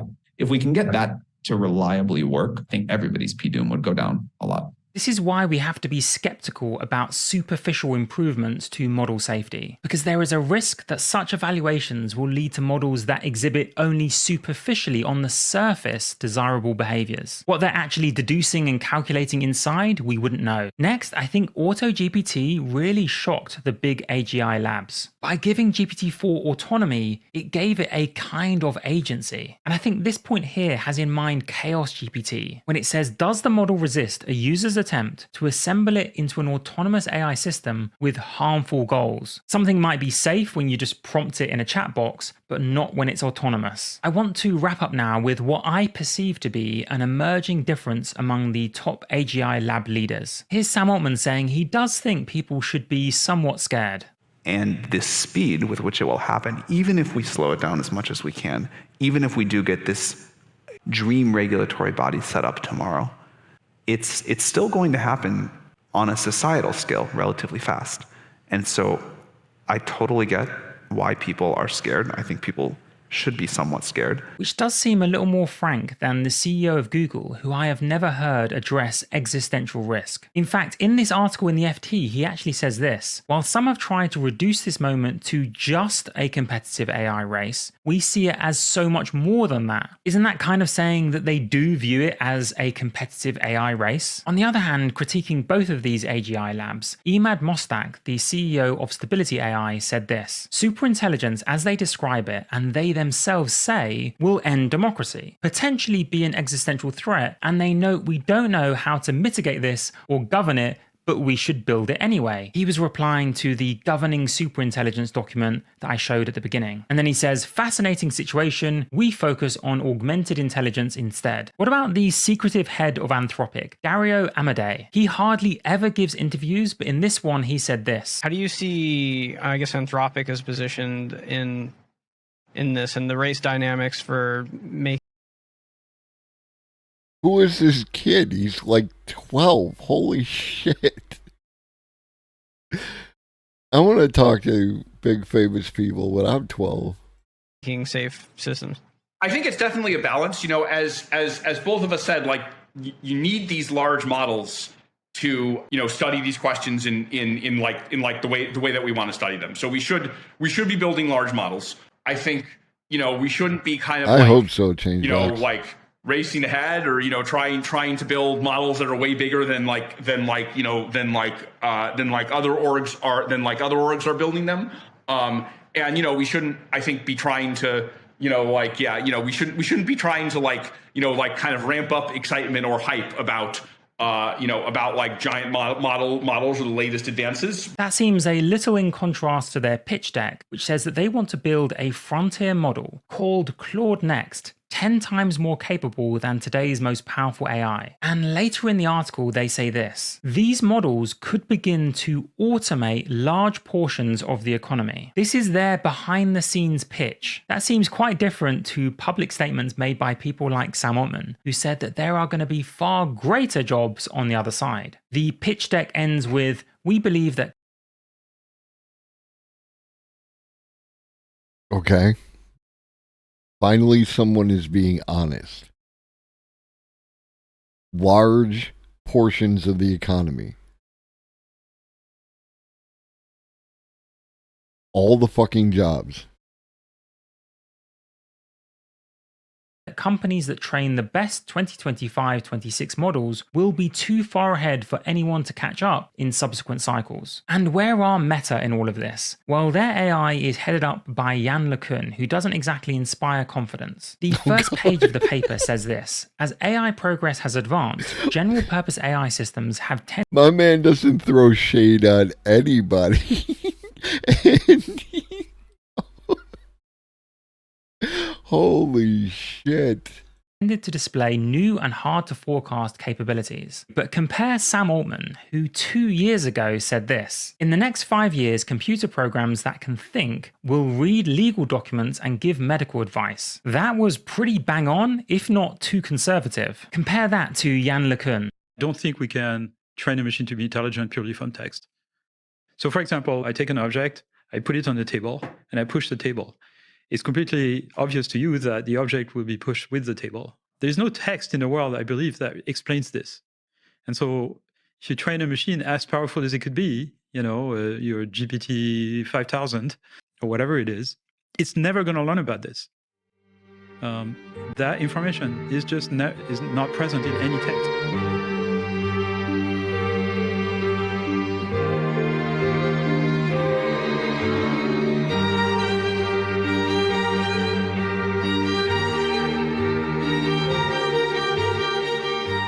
Whether you agree with everything I've said Wow. or with nothing that I've said, thank you so much for watching to the end. I'm going to leave you with this thought, which I think we can almost all agree on. Of the four men you can see here, the head of Anthropic, the head of DeepMind, who everyone says I sound like, Sam Altman, and Rishi Sunak, the Prime Minister of the UK, I think it is undoubtedly true that the three most powerful men in the room are on this side. Thank you again for watching and have a wonderful day. Like, I don't know how much y'all get into the politics of England, but Rishi Sunak is the last person I would want to be, well, not the last, but he's low on the list of people I would want to be in charge of the UK right now as this is happening.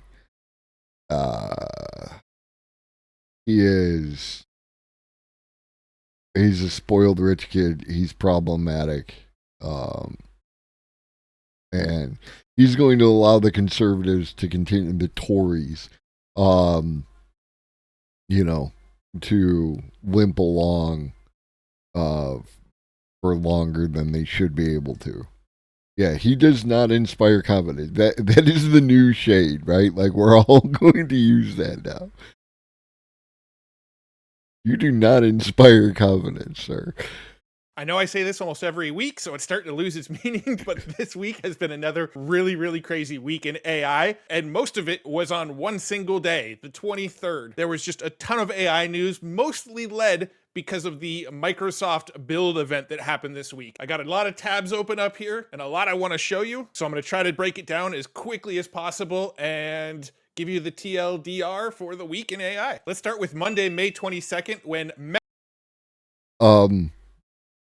little side note, my man on Twitter was talking about like how he like has kind of like blown up, and like about like what his process is and everything else, and you know, he jumped on AI early. He's very excited about it. He enjoys communicating these things, this kind of stuff. And actually, hold on a second. Why do that when I can just simply quote the man? Meta announced. Hold on, Mr. Wolf. Hold on. Boop, and then boop, and then where was it? Ah, here. He said, I embrace the community instead of trying to compete with it. We're all discovering this stuff together. If I come across something on Twitter or YouTube from someone else, I always point people to where I found it. I always give credit where credit is due.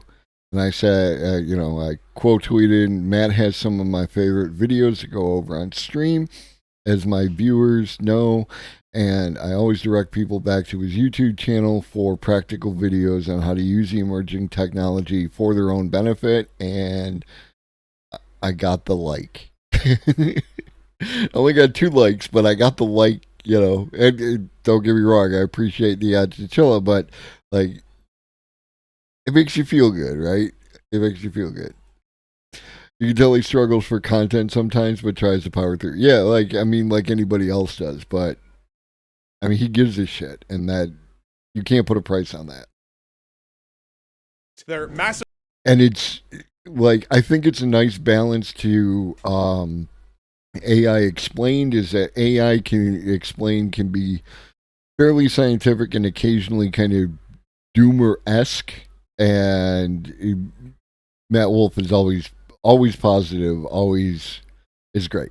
Massively multilingual speech AI. This new technology allows for speech to text in over 1,100 different languages. And if you compare it to the model output that the AI is figuring out with the human transcription, it's pretty much spot on every single time. These models expand text-to-speech and speech-to-text technology from around 100 languages to more than 1,100 languages. Also on the 22nd, this image started circulating all over social media around an explosion that was reported near the Pentagon. The news was quickly shared by a bunch of prominent news outlets, which briefly caused a downturn in the stock market.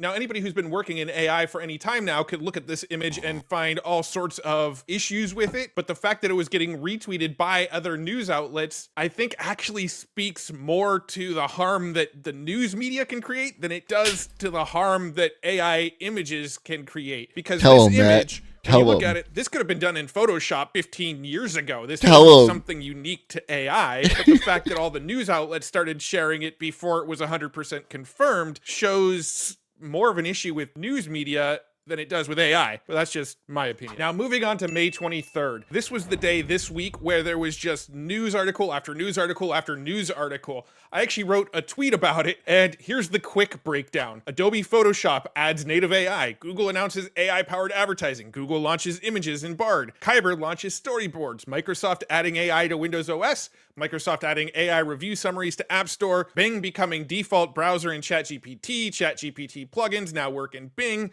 Microsoft introduces Fabric for analytics. GitHub Copilot for Windows Terminal. And I'm probably even missing some news. Just another Tuesday in the world of AI. It was a big, big day. And I'm going to break down a handful of these things real quick. Starting with the fact that Adobe has added AI image generation using Firefly to Photoshop. Now, if you have an Adobe subscription and you have Photoshop or the Adobe Creative Cloud, here's how you can access the AI features in your own version of Photoshop. Come into the Creative Cloud desktop, click on Apps at the top. Over on the left sidebar, come down here and click on Beta Apps. And then make sure that you install Photoshop Beta, because the AI features are currently in the beta version. You'll see an install button next to it. Once it's installed, you can open the beta version of Photoshop. Once you're in Photoshop, you can bring any image in, And watch this. I can select an area of the sky here, and this new button pops up that says generative fill. I can click in here and I can put a jumbo jet in the sky. Click generate, and I now have a jumbo jet in the sky. It gives me 3 options that I can click through and pick which one I prefer. That one looks the best to me. And then over here on the right side, you can see that it added it as a new layer. So I can hide this later or bring it back in. I can also zoom out on the image, come over here to my crop tool, add some extra area to the image here, add some extra image to the area here, use my magic wand tool to select this area. I could leave the generative fill blank here, click generate, and watch as it just adds to my existing image that's here. It gave me 3 options. Here's looking at the house and the jumbo jet through another window. Here it is as like a framed picture on a piece of wood or something. And you can see it gave me 3 options to extend the image. You can see here's another example here of a mountain on a lake. Here's where they added generative fill, and it actually... And on Dr. Mr. Cody's feed, I saw him quote tweet a piece of AI software that he derisively said, you know, because the caption was that it completes the rest of the picture. And he was like, completes the rest of the picture. And it was a picture of the famous picture of the Beatles where they're walking across the intersection. And then it actually expanded that out to where it was like, it showed you more of the street and everything else, and it generated all that with AI. So even that right there, that is going to be, again, it's the worst it's ever going to be. So you're going to be able to take something, a picture or something, and then just continue to expand it out. And it will be able to reference the information that's within the picture to make extrapolations for what's around it, and that's pretty cool from my point of view. I was just in a weekly meeting for my podcast, and I spent it trying to book more interviews for us, and just threw out a personal wish list interview request. I'm hoping pans out. I wish you the best of luck. Continued the image along there. A bunch of colorful shirts on a rack, now a colorful painting above the rack. This has really made compositing in Photoshop so much easier for anybody to do, and this is only going to get better from here. All right, so moving on to the big event that happened on the 23rd, which was the Microsoft Build event. Now, this event was mostly geared towards developers. There was a lot of talk about various APIs and SDKs and industry jargon about what people can now build with Microsoft tools, but there were a handful of really cool innovations and breakthroughs that were talked about at this event. Starting with Windows Copilot, which is basically AI, ChatGPT, built directly into Windows now. So you don't even need to go to Bing to use. We can take a look at this. It's 31 seconds if I'm reading it correctly.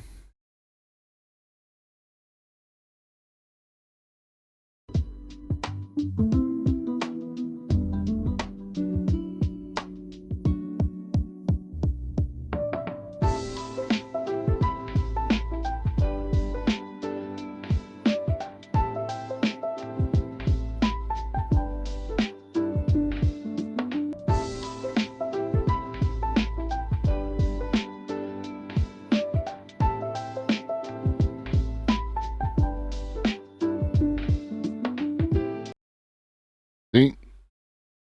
We're already there.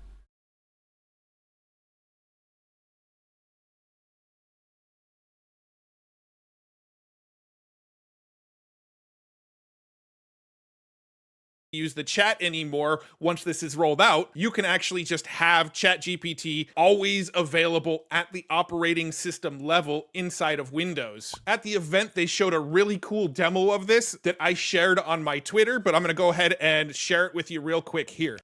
From here. All right, so moving on to the big event that happened on the 23rd, which was the Microsoft Build event. Now, this event was mostly geared towards developers. There was a lot of talk about various APIs and SDKs and industry jargon about what people can now build with Microsoft tools, but there were a handful of really cool innovations and breakthroughs that were talked about at this event. Starting with Windows Copilot, which is basically AI, ChatGPT, built directly into Windows now. So you don't even need to go to Bing to use the chat anymore once this is rolled out. You can actually just have ChatGPT always available at the operating system level inside of Windows. At the event, they showed a really cool demo of this that I shared on my Twitter, but I'm going to go ahead and share it with you real quick here. Here I am in a coding project on my PC, but I want to configure my PC to help me be more creative and more productive. I now just come down here to the taskbar, I click on that, and now we'll pop up the Windows Copilot on the right. This side pane here will be consistent across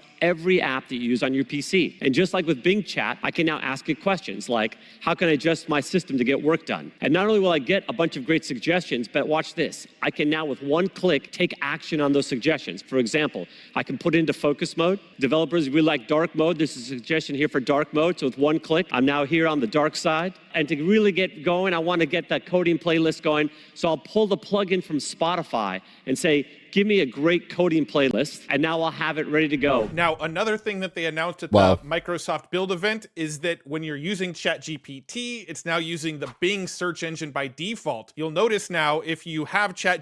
And I understand that it doesn't sound like much as like, oh, I can just go and click those things. You know, I could do that all myself. I could start a timer. I can go into dark mode. I can fire up a playlist. It's about friction, right? Talk about friction all the time. The more friction you reduce, the more likely things are to occur. And when you have something like that, you will flow into that and like, I mean, that's what every co-working stream is about, right? Is that aspect right there, you know? GPT Plus, and you have the browse plugin enabled, it now says browse with Bing. So you're actually using Bing when you're 100%, everyone. using the ChatGPT browse function. Again, if you don't see these features here and you are a ChatGPT Plus member, make sure you come down to your settings here, go to beta features, and make sure these features are turned on. Now, they also mentioned that the browsing feature inside of ChatGPT is also coming to the free tier soon. We are excited to be able to, it's going to launch in ChatGPT Plus immediately and quickly coming even to the free tier. This is just the start of what we plan to do with our partners in OpenAI to bring the best of Bing to the ChatGPT experience. So we're already aware of the plugins that are inside of ChatGPT, but they announced at the event that they're also going to have these plugins inside of Windows Copilot, inside of Bing Chat, inside of everywhere. So anybody who's developing plugins for ChatGPT, these plugins will also work inside of Copilot and inside of the Bing Chat as well. We're also excited to announce that we're going to bring interoperability between ChatGPT and Bing for plugins. So you write them once, and they're going to run everywhere. So as you can see here in ChatGPT,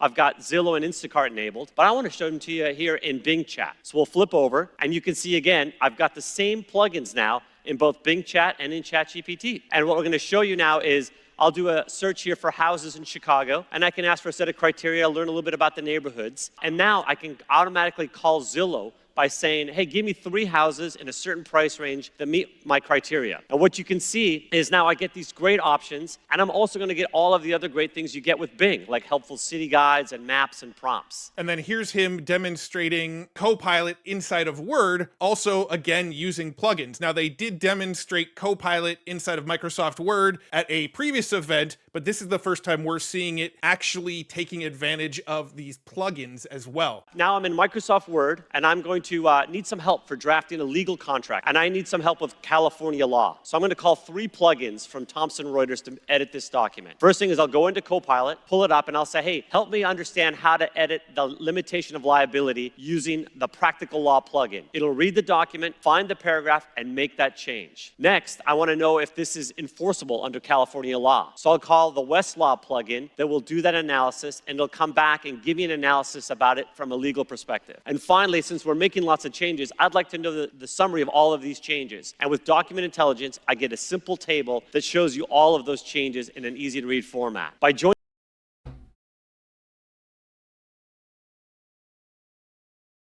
Okay.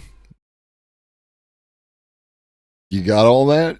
Like, that's what we're talking about. Fuck your Web 3.0 that was the crypto bros dream. This is the future of the internet.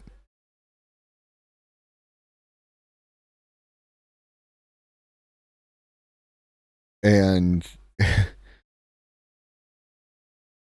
like that article from earlier about the lawyer, right? Like who used Chat GPT to do the thing. This process would have fixed that problem that he got himself into. It would have made it so that he would have had his ducks in a row. It just needed that outside verification, which this does. joining the power of Microsoft 365 Copilot in Word with the support of these real powerful plugins like Thomson Reuters, now you can draft a legal contract in so much more powerful way. So this is really interesting to me because this kind of technology with these plugins in the future could really reduce our need for hiring contract lawyers and things like that if a lot of the AI plugins can just do it for us. Now, somebody on Twitter did make a good point that those tools are used by law firms right now who actually pay huge licensing fees to use those tools. I'm not certain that the exact examples that he gave in that video are going to be plugins that are free for anybody to use. We don't know the cost of using those plugins now, but it really does sort of bring the ability to solve these kinds of legal problems to the masses. It'll be interesting to see how that plays out and how some of these companies that are making these plugins further monetize the plugins. Now, there was a ton of other announcements and demonstrations that they gave during this Microsoft Free the plugins.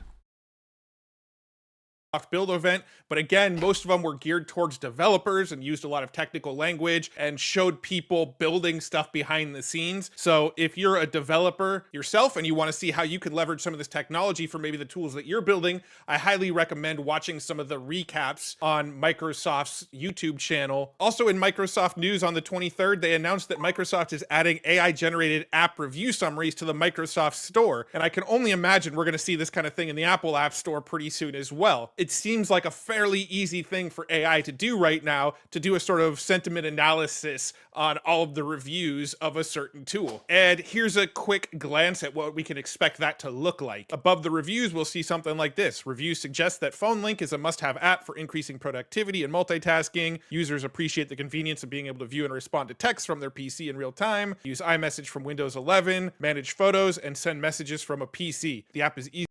Now, like, yes, I can see the potential for abuse if the app owner has any ability to influence this.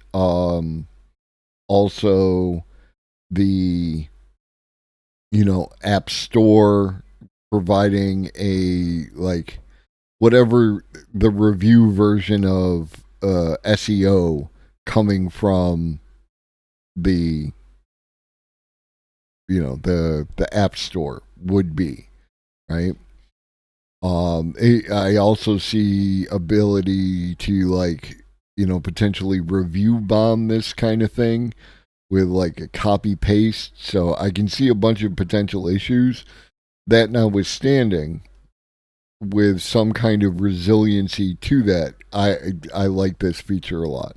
Easy to use and provides helpful design features for making calls and messaging. And as we're so used to these days, Google and Microsoft are going back and forth. So of course, Google also got into the game and announced some news on the 23rd as well, albeit not nearly as groundbreaking news, but something to note. Google is going to be introducing AI-powered ads. Essentially, if you're going to run a Google ad campaign, it's going to ask you some questions about your business, including what makes your products or service unique and what's your brand's personality. It'll allow you to generate your ad images directly with AI. You'll simply go into the ad platform, click a button that says help create my ad, and it will do most of the work for you in order to generate effective ad campaigns based on all of Google's data of what's worked for other advertisers. Also in Google News on the 23rd, Google announced that Bard will now include images in its responses. So if you go to Bard and you say something like, give me inspiration for landscaping for a small backyard, and click submit, you'll see that it'll... In the ongoing list of words that I absolutely hate the usage of, the use of the term inspo or inspiration agitates the shit out of me, because inspo, there's no O there, right? There's one O in inspiration, and it doesn't come anywhere near. I hate it. It'll now actually include images in some of its search results here. Or give me inspiration for short haircuts for a man with a beard. And we get an idea of what a man with a beard's haircut should look like. And that was rolled out to everybody that has access to Bard right now on the same day that Microsoft was doing this giant Microsoft Build event. And some other news that got completely overshadowed on the 23rd because of all the Microsoft, Google, and Adobe announcements. My good friend Angry Penguin over here on Twitter launched a bot inside of Discord that allowed... No. Just no. And I mean, I can even understand, because the next letter shouldn't be an O, it should be an I, and insp doesn't work either. I don't feel the need to shorten inspiration. You know what I mean? Let's just use that word. Allows you to... Says the 50-year-old man on Twitch telling the young people how to properly slang. To make 3D images. Kappa. So imagine Midjourney, but for 3D objects. Simply type a prompt of what you want, for example, a rocket, and it generates a 3D asset of a rocket. I'll make sure this Twitter post is linked in the video below, so you can check this out. This tiny URL here links directly to his Discord, where you can get in and play around with it. And not only does it generate the 3D asset image here, you can actually have it send you the mesh directly to your DMs, and you can open it in something like Blender. On Wednesday... And I want to comment on that, but like rando was another one I didn't like. Random and rando contain the same amount of syllables, and I don't like it. Why? Just why? Why not just random? But whatever. We talked about this before, that like once you get the ability to use these pieces of software to generate a 3D model, then you can put it into Blender and you can use it to generate an STL file, which allows you to create a 3D printed rendering of it. So we're there. That's happening. Congratulations to all my 3D printer people. You now have that as a tool. Of this week, we learned that the Opera browser is adding their own integrated AI called Aria directly inside of the browser. You can actually use this right now if you have the developer version of Opera 1, and it does use ChatGPT to help you search the web and collaborate with AI while looking for... My son uses Opera. I don't know, like...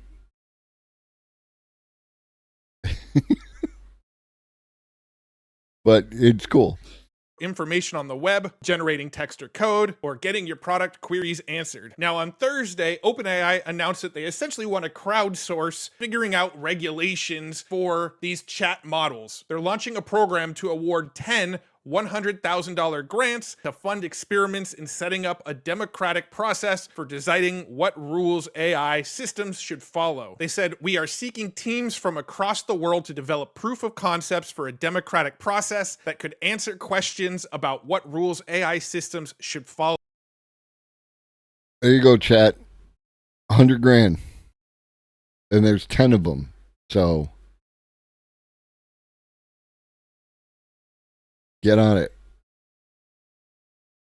I have more faith in you than I do in randos on the internet. The governance of the most powerful systems, as well as decisions regarding their deployment, must have strong public oversight. At the moment, neither the US government or companies like OpenAI have any real idea of exactly how these regulations for the advancement of AI should be put into place. So companies like OpenAI are opening it up to the world and saying, hey, we will pay $100,000 grants to teams that can help figure this out for us. Should be interesting to see how this one plays out. Also on Thursday, Google announced that they're starting to open up access to new generative AI capabilities in search, and they offered 3 ways to try it out. If you want to try out the new Google search capabilities, you can go to labs.google.com/search to get on the waiting list, and they'll email you when you can start playing around with it. The 3 ways that they're allowing people to try it out are the search generative experience, the code tips, and the add to sheets. Personally, I don't have access to any of this yet, and I haven't messed with it myself, but once it starts to roll out, I'll be sure to make more videos about it. Also, if you remember, Stability.ai recently launched Reimagine inside of their Clip Drop app. Well, on Thursday the 25th, they announced Reimagine XL, which is their next gen version of Reimagine, which I'm guessing is better quality images. If you don't remember Reimagine, you can find it over at clipdrop.co, coming up to tools and coming to Reimagine XL. Essentially, you can drag and drop an image into here and it will try to generate a handful of additional images that are similar to the one that you originally dropped in. This is my original image, and here is the first image, the second image, and the third image that they generated that looks similar to my first one. Personally, I still think the first one is the best of the 4, but it will reimagine images similar to the initial image. And you can do that again with Leonardo. That's what I use, and you can upload an image in a similar way. So again, my issue with these companies in competition with each other is there's a lot of duplication of services that could be avoided if we were having a more collaborative experience, but here we are. And it just got a slight upgrade with Reimagine XL. Also this week, NVIDIA stock grew by 25% in a single day due to earnings that were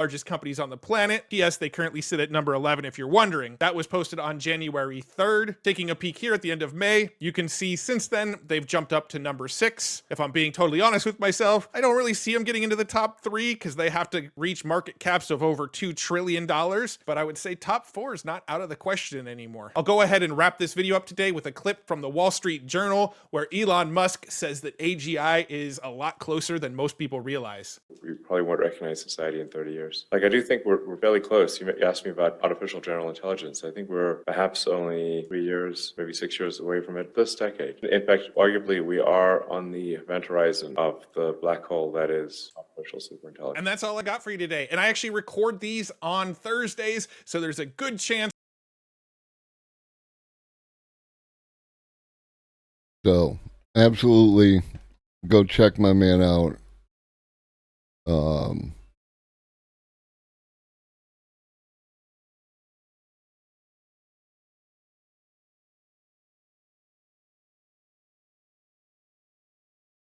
Just a few hours ago, a host of AI The previous video was from 6 days ago. This was from yesterday.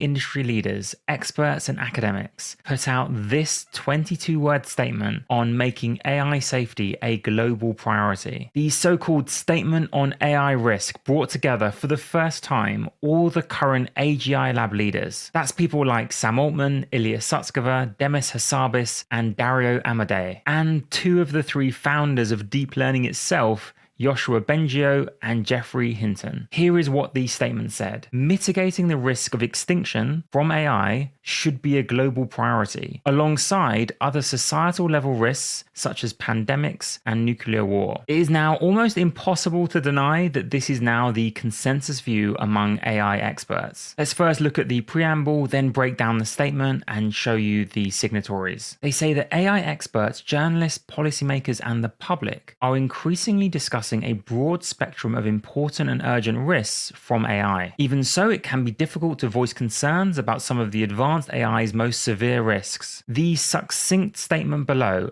aims to overcome this obstacle and open up discussion. It is also meant to create common knowledge of the growing number of experts and public figures who also take some of advanced AI's most severe risks seriously. The first point is that the statement is in a way optimistic. It says we can mitigate this risk. Perhaps not eliminate it, but mitigate it, reduce the risk. Second, it says we should do this globally. And that's not just among all the different AGI labs, almost all of which signed the statement, but also between countries. In that vein, there were quite a few prominent signatories from China. And the third point that I'd make is that they put it on a par with pandemics and nuclear war. Toward the end of the video, I'll show you that's not as far-fetched as it sounds. But anyway, who actually signed this statement? Let's find out. We have 2 of the 3 founders of deep learning. That's Geoffrey Hinton and Yoshua Bengio. The third founder was Yann LeCun, and we'll touch on him later in the video. All 3 of those won the most prestigious accolade in computer science, which is the Turing Award. Then we have 3 of the CEOs of the top AGI labs, Sam Altman, Demis Hassabis, and Dario Amodei of OpenAI, Google DeepMind, and Anthropic. None of those signed the pause letter, but they did sign this statement. And actually, as interestingly for me, so did Ilya Sutskever, who I see as the brains behind OpenAI. He of course also worked with Geoffrey Hinton on deep learning and is widely regarded as the smartest guy in machine learning. But you will also notice so many Chinese signatories, especially from Tsinghua University, which I've actually visited in China. It's one of their leading universities. That's a really encouraging sign of cooperation between the West and countries like China on AI. And the list of significant signatories goes on and on and on. These are senior people at the top of DeepMind, Anthropic, and OpenAI. And there are names like Stuart Russell, who wrote the textbook on AI, who also signed the pause letter. Let me highlight a few more names.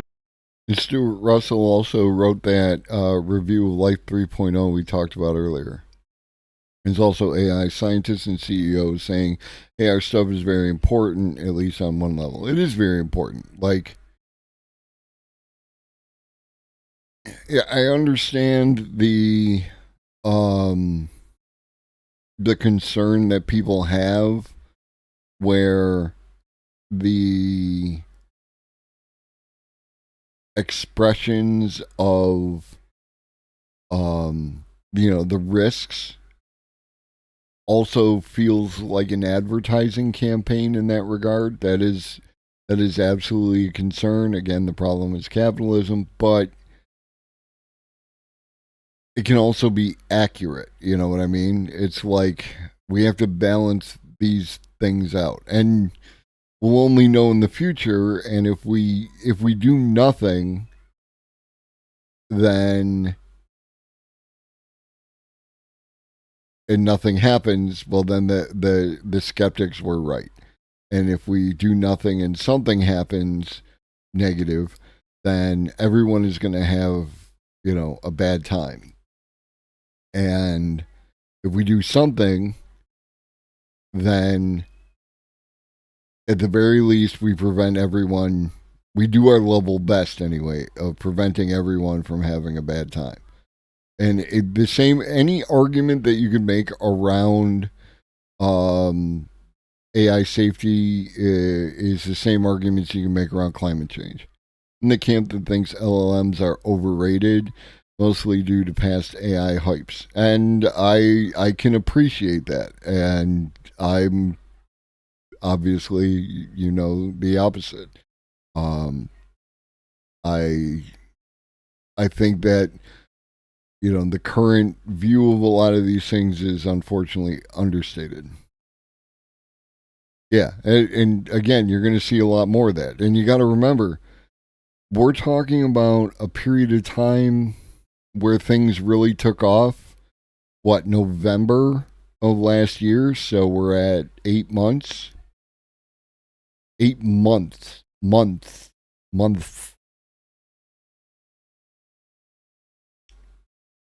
Where are we going to be in 8 months? Names for you here. You have the CTO. I actually started it again myself. I tried to watch the Shazam sequel, And I couldn't care. But like, I don't want to blame the movie too much, but sometimes I just can't care. Also, Barry is awesome, and if you haven't watched Barry, you should. That was very good. And I haven't finished Succession, so don't give me the spoilers on that. But yeah, no, I want to rewatch The Matrix again. The wife is out of town for the rest of the week, so I am. There's a distinct possibility that I'm going to do some hardcore, because I'm the guy. I will watch the whole Lord of the Rings extended version with 7 hours of additional walking front to back in a single day, because that just sounds wonderful to me. And doing the same with The Matrix sounds wonderful to me, because again, I'm a fan of the mythology more than I'm a fan of any particular movie within the mythology, which is why I can watch the Terminator movies and not complain. Of Microsoft itself, Kevin Scott. He's the guy who basically heads up the partnership between OpenAI and Microsoft. I think many people will miss his name, but I think it's particularly significant that he also signed this. Notice also the CEO of Stability AI, Emad Mostak. The Center for AI Safety coordinated this effort, and I'll get onto their 8 examples of AI risk in a moment. But first, let's pick out a few more names. You've got David Chalmers, Daniel Dennett, Lex Friedman, and Victoria Krakovna. Now, together with the statement, the Center for AI Safety also put out this, 8 examples of AI risk. I've read almost every paper linked to in these 8 examples. So I'm going to try to summarize them fairly briefly, because I know not everyone will be that interested. It starts by saying that AI could be profoundly beneficial, but also present serious risks due to competitive pressures. Before we get to the risks, I want to touch on some of the upsides recently outlined by Demis Hassabis. And these showcase what can happen if we get this right. We had sort of a golden couple of years in some sense for AI for science. We've had lucky enough to have many Nature and Science papers published in all sorts of domains. So from quantum chemistry, better DFT functions, to approximate Schrodinger's equation, pure mathematics. We've solved some important conjectures in topology with collaborating with some brilliant mathematicians. We've found working on fusion reactors with EPFL on their test fusion reactor, controlling the plasma in real time in their fusion reactors and being able to hold the plasma safely in place for arbitrary amounts of time, being able to predict rainfall many hours ahead more accurately than current meteorological models. And then in applications, there's a ton of those too. We saved, one of the early things we did at Google was saving about 30% of the cooling energy used to cool the massive data centers at Google. So there's a huge energy saving, and we're starting to explore doing that across actual whole power grids. And this echoes what Yoshua Bengio said in a recent blog post, which is that we can build immensely useful AI systems that are modeled after ideal scientists and do not act autonomously in the real world. Jan LeCun recently said that we would never give current LLMs agency. There is a flaw in current autoregressive LLMs. So there is no persistent memory, first of all. But second of all, you cannot control the system. You cannot impose constraints on it, like be factual, be understandable by a 13-year-old. And that makes them very difficult to control and steer. And so that creates some fears, because people are kind of extrapolating, if we let those systems do whatever, we connect them to the internet and they can do whatever they want, they're going to do crazy things and stupid things and perhaps dangerous things, and we're not going to be able to control them, and they're going to escape our control, and they're going to become intelligent just because they're bigger, right? And that's nonsense. First of all, because this is not the type of system that we are going to give agency to. That was a week before this paper was published on the results of giving agency to current large language models. The paper showed that current LLMs with L after L after L. Oh, does not inspire confidence. Oh my God.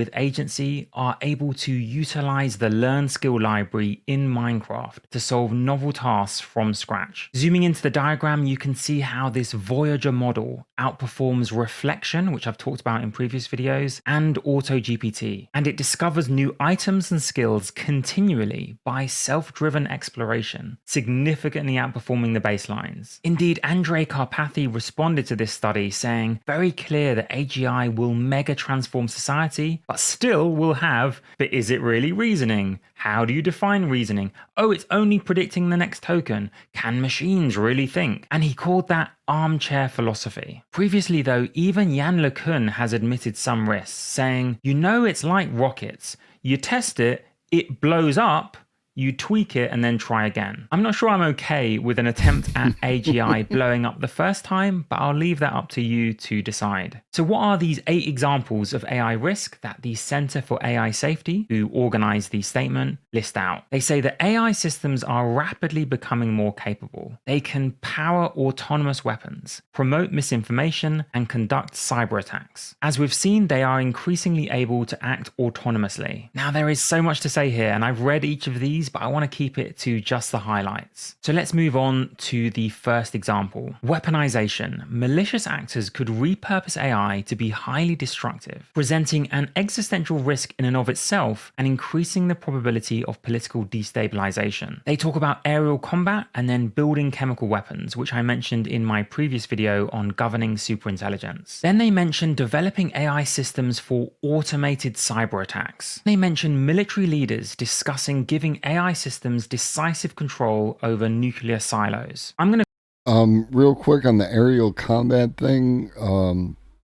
My conversations with a friend of mine who's much more into, military weapons and systems and where the whole thing is going.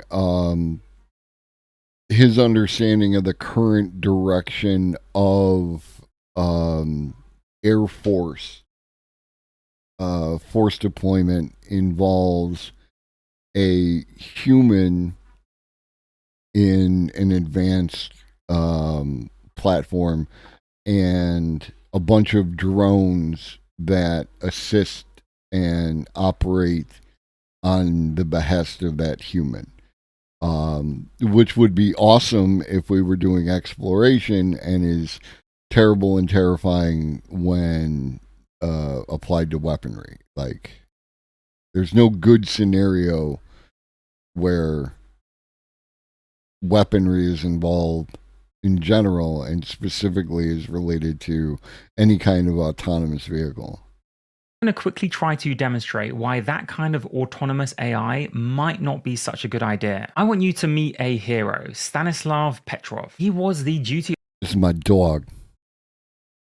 officer at the command center for the Oko nuclear early warning system when the system reported that a missile had been launched from the US, followed by up to 5 more. Petrov judged the reports from the system to be a false alarm, and his subsequent decision to disobey orders against Soviet military protocol is credited with having prevented an erroneous retaliatory nuclear attack on the US, which it says could have resulted in a large-scale nuclear war which could have wiped out half the population of these countries involved. An investigation later confirmed that the Soviet satellite warning system, the machines behind it, had indeed malfunctioned. I would not have wanted that system to be autonomous. Then we hear that GPT-4 was able to autonomously conduct experiments and synthesize chemicals in a real-world lab. Again, I covered that paper at the time. And then linking back to Petrov, they say, an accident with an automated retaliation system could rapidly escalate and give rise to a major war. But that, unlike previous weapons, AI systems with dangerous capabilities could be easily proliferated through digital means. Hopefully, you can start to see why we need to balance risks with opportunities. But let's move on to misinformation. I think we can all agree that we already have too much misinformation, so let's move on to the next one, which is proxy gaming. This has already been showcased in the Social Dilemma, where AI recommender systems are trained to maximize watch time and click rate metrics. And this can lead people into echo chambers that helps develop extreme beliefs in order to make those people easier to predict by the AI recommender systems. So you might think it will be simple just to tell the AI to promote happiness or economic growth, but that I never considered it from that way.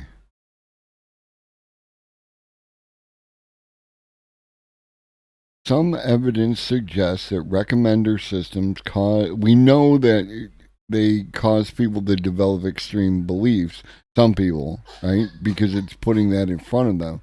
But that the reasoning behind it is it makes their preferences easier to predict.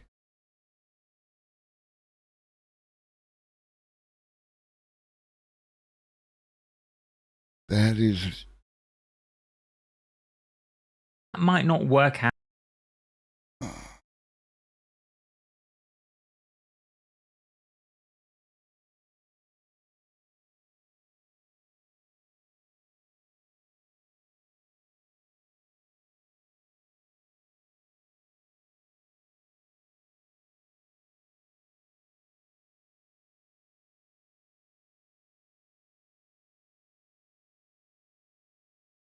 I just want to follow up on that paper later. We're not going to do that right now.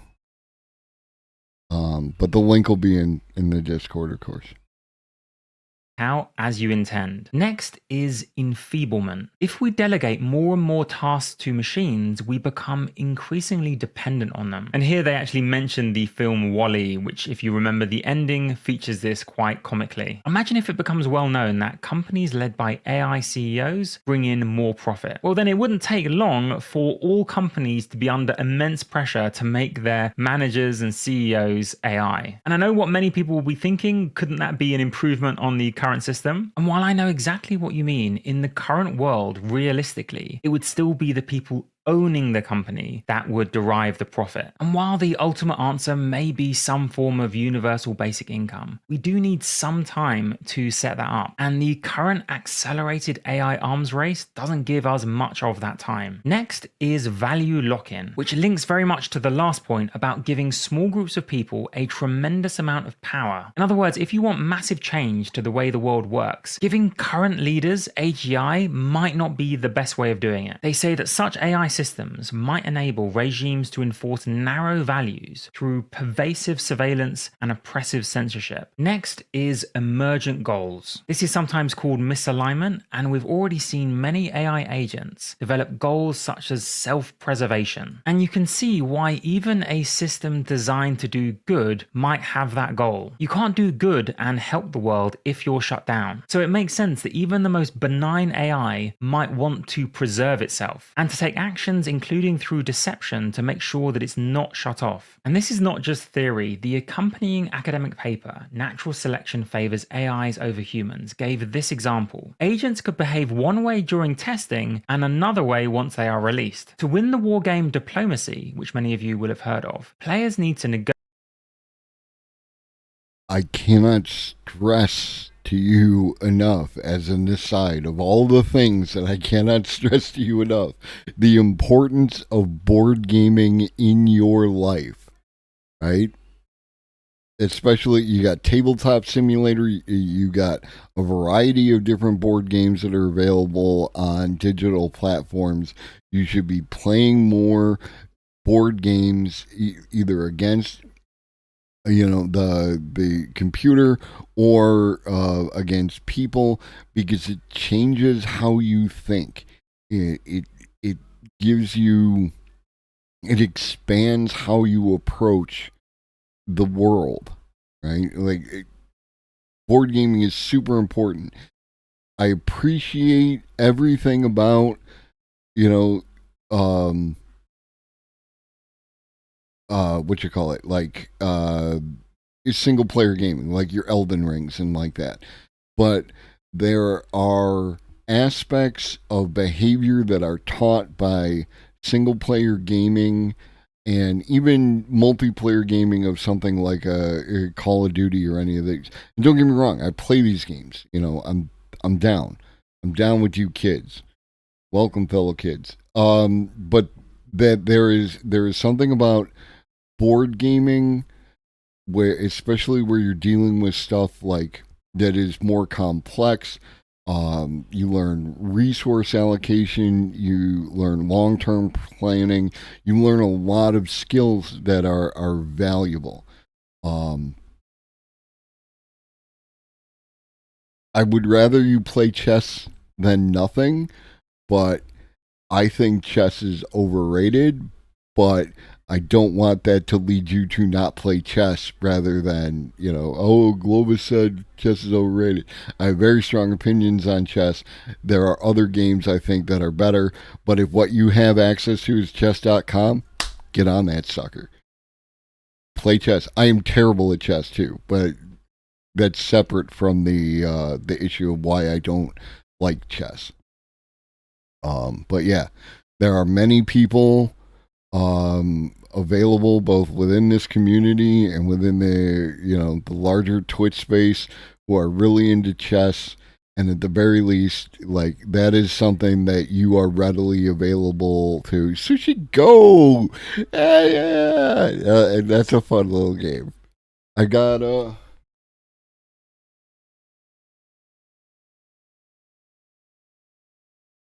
it's around here somewhere. I've got an entire section of small box board games over there.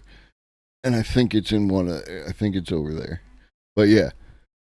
Yeah, I'm a huge fan. I thought about it, like, one of the things I don't have is channel point redemptions. And I thought about adding a channel point redemption for, like, recommend me a board game, and then I would get whoever redeemed it to tell me something about, like, what are you into? And I could find you a board game that was related to something that you are into,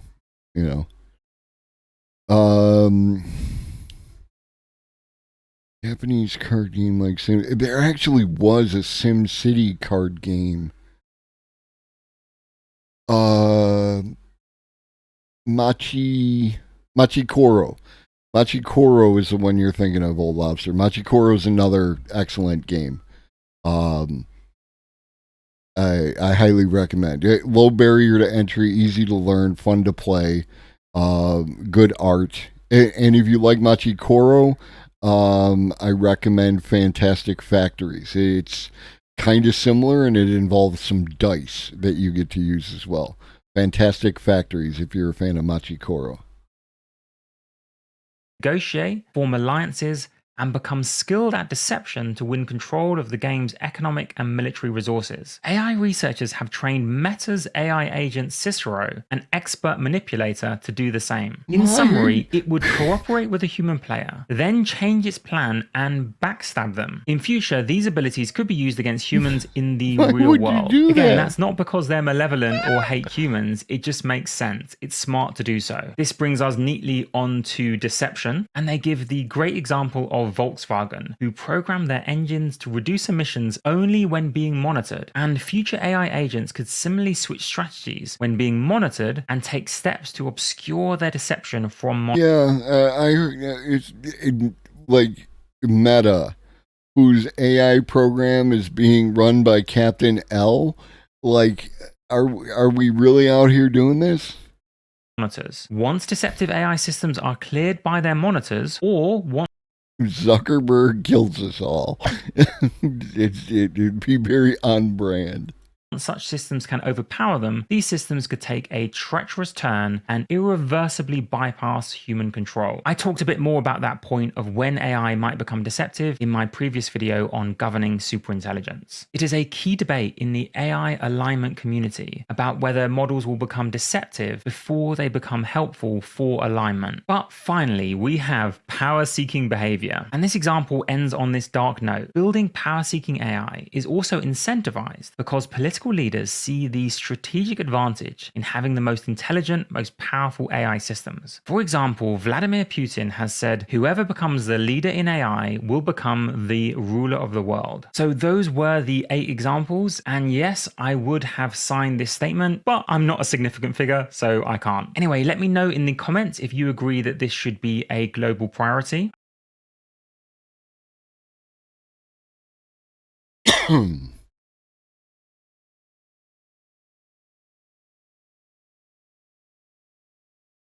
Just to go over these again. And this is, where's the statement? Where's the thing?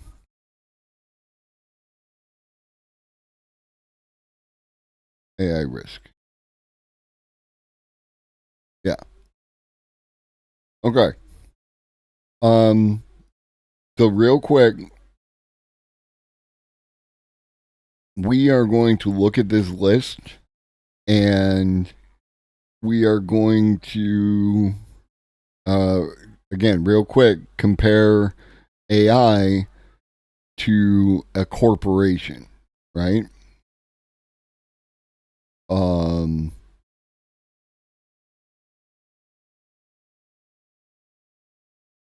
we already know, obviously, that corporations deal in weaponization. Even innocuous corporations engage in various forms of either like industrial sabotage, but like the let's make it as innocuous as possible, right? Like the idea of Walmart coming in and lowering its prices, which we talked about on Monday, and to drive out competition. Amazon doing the same thing. This is a form of weaponization. You have eliminated your competition through that tool. Misinformation. We know that corporations spread misinformation all the time. Example, like how BP talked about the Gulf oil spill, or any company talks about its processes regarding pollution. Proxy gaming. Trained with faulty objectives, AI system could find novel ways to pursue the goals at the expense of individual or societal values. This sounds an awful lot like externalities. Enfeeblement, right? There is an argument of how corporations involve themselves in our lives. To choose a particular example that suits my needs, but feel free to fill in your own. When you have the concept of the company town, that is a definite example of enfeeblement. Because you're paying company script at the company store, you're living in company housing. Recently, I've been seeing articles about offering housing as a perk, as a new added perk. Where do you get your health care from? You get it from the company that you work for. You get it through the company that you work for. All examples of enfeeblement. Value lock-in could give small groups of people a tremendous amount of power. Easy peasy. Emerging goals.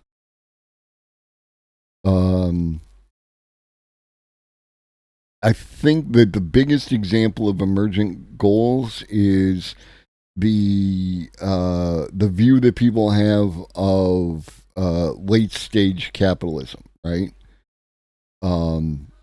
Capitalism as it exists today is fairly far removed from its origin story, right? Or it's the portion of time where we began to call it capitalism, right? And recognize it as something more different than feudalism, for whatever value you want to ascribe to that. So I think that the late stage capitalism is a form of emergent goal. Deception, easy peasy. And power-seeking behavior. The biggest example that I can come up with is the concept of regulatory capture, right? Like that is an easy example of power-seeking behavior. So again, going back to Kevin with the long last name, the AI, a misaligned AI, that's your corporation under unregulated capitalism. If you are a fan of regulation of AI in order to protect humanity and protect the future, you should have similar feelings regarding corporations. It's the same thing.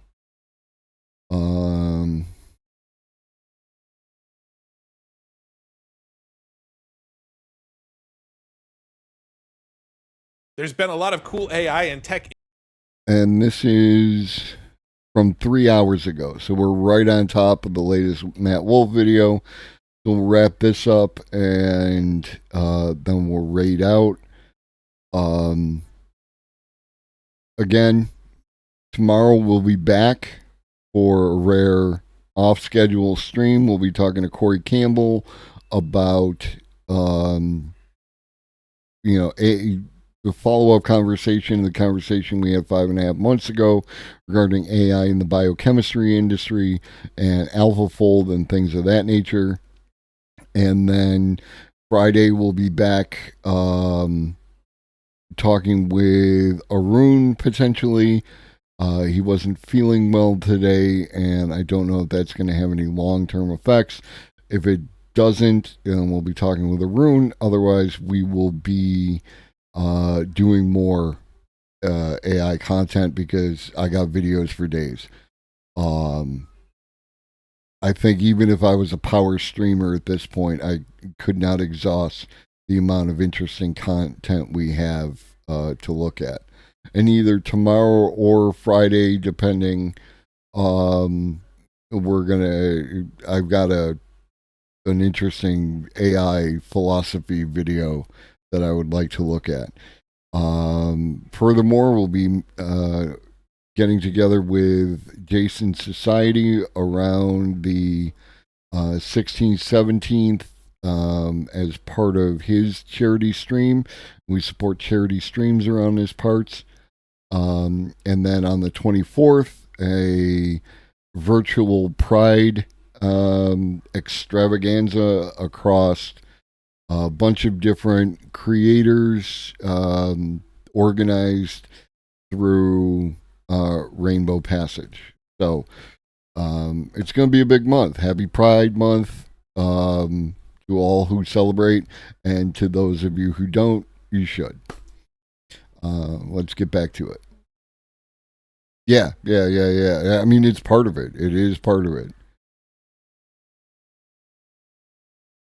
Innovation that's come out over the last several weeks, and I want to break down some of the coolest stuff that I've come across over the last few days, starting with this really cool video that Mr. Boofy made of me in this same office here. He used a tool called Warp Diffusion, which is still something that's beyond me, but I kind of want to learn how to use it. Once I figure out how to do this myself, I might make it to...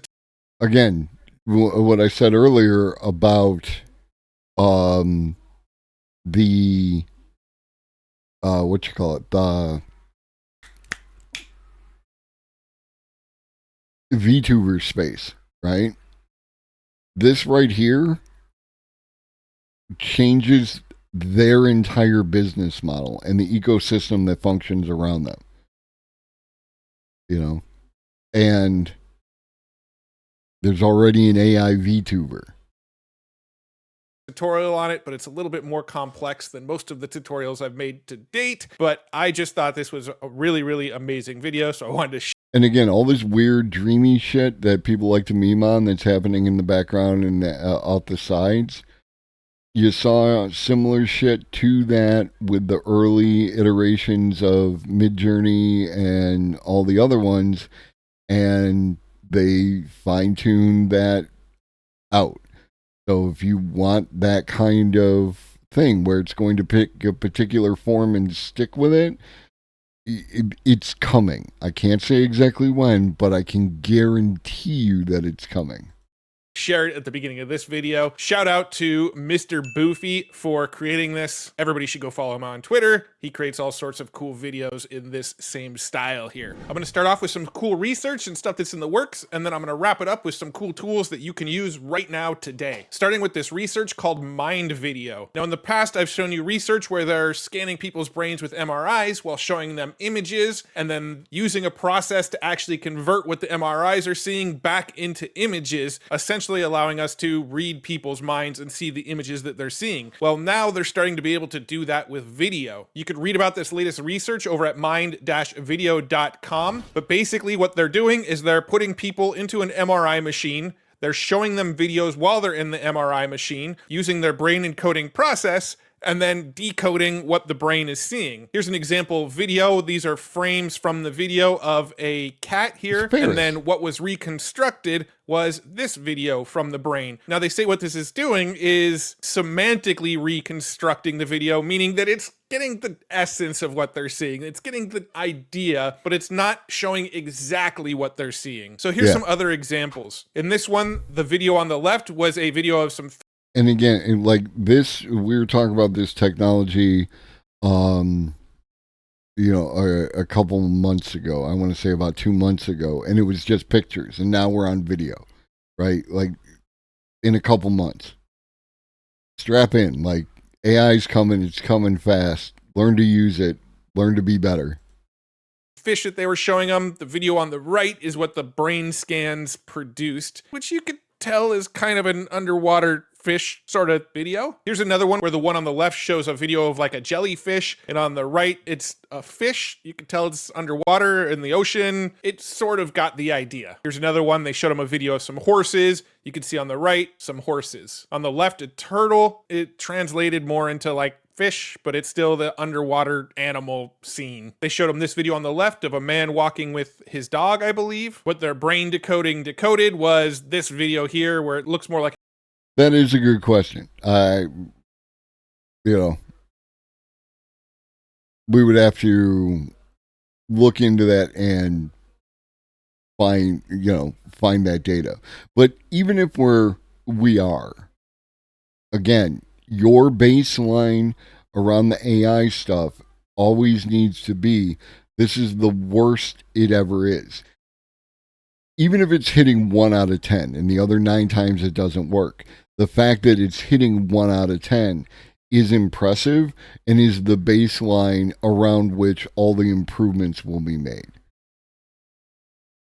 Like a couple walking with a dog, but kind of going in a different direction. Here's a video clip of a man and woman side by side, and the sort of semantic response was this, where it's a man talking to a woman. Here's another one with a scene of a car driving through a little toll booth and then a river, and then the result was sort of a mountain road. We got a little video of a bird here. What it saw was this bird, and then finally a video of a crowd walking, and on the right, a video of a crowd walking. Again, the past research was mostly doing image to image, where they were showing them images, scanning their brain, and then getting similar images back. Now they're starting to be capable of doing this with video. It's not perfect. It's still semantically correct. It's getting the sort of essence, the idea of the video that they're seeing, but it's still not perfect. But this is brand new research. This is very, very early. So exciting to see where this is going. Again, I don't really think we have to worry about, governments using this technology to read our minds or anything yet, because it still requires people being put inside of an MRI machine with their brains being scanned. And I don't believe that governments are anywhere close to being able to do this at a large scale on a lot of people. So I think our thoughts are still safe for right now. Now, here's an interesting piece of tech that I came across on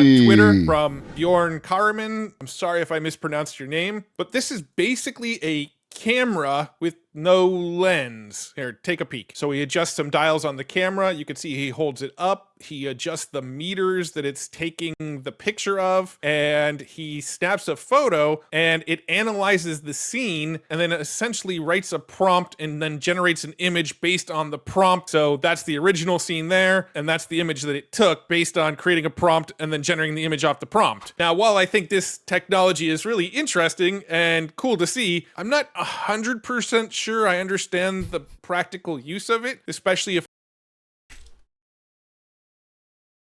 Are we not on the same page, right? Like, go ahead, rewind, watch the bod. I can't remember if it was Old Lobster or Changebox or which of you brought this to me, but this is my take as well. Like, if I could get on like Google Maps, find a location and get a similar result. And if I'm actually in a specific location and I have a camera with me, I'd probably want to take a picture of what I'm actually seeing. But let's be honest, it is a pretty interesting and original idea. I'd love to hear what people think might be some interesting use cases for technology like this. So earlier this week on Sunday, Jensen Huang, the CEO of NVIDIA, gave his first keynote presentation in 4 years. And I'm going to break down more of that keynote presentation in Friday's news breakdown video. But one thing that he showed off that I thought was really cool was this video where a real human goes and interacts with somebody inside of a video game, and the person in the video game responds real time, and their response is generated by AI. It's not pre-written dialogue. So this video I do have shared on my Twitter if you want to watch the full thing. Yeah, like I don't want to dunk on it, right? Like, just because I don't understand how something might be useful or interesting or fun or what have you, fun is always a concept that I have challenges with. But like, just because of those, like, doesn't mean, and not everything is for everybody, right? Like, there might be a segment of society that finds that the coolest fucking thing ever and does new and interesting things with it that I can't even imagine. And I'm glad it exists for them, right? Like, that's not anything that I want to express.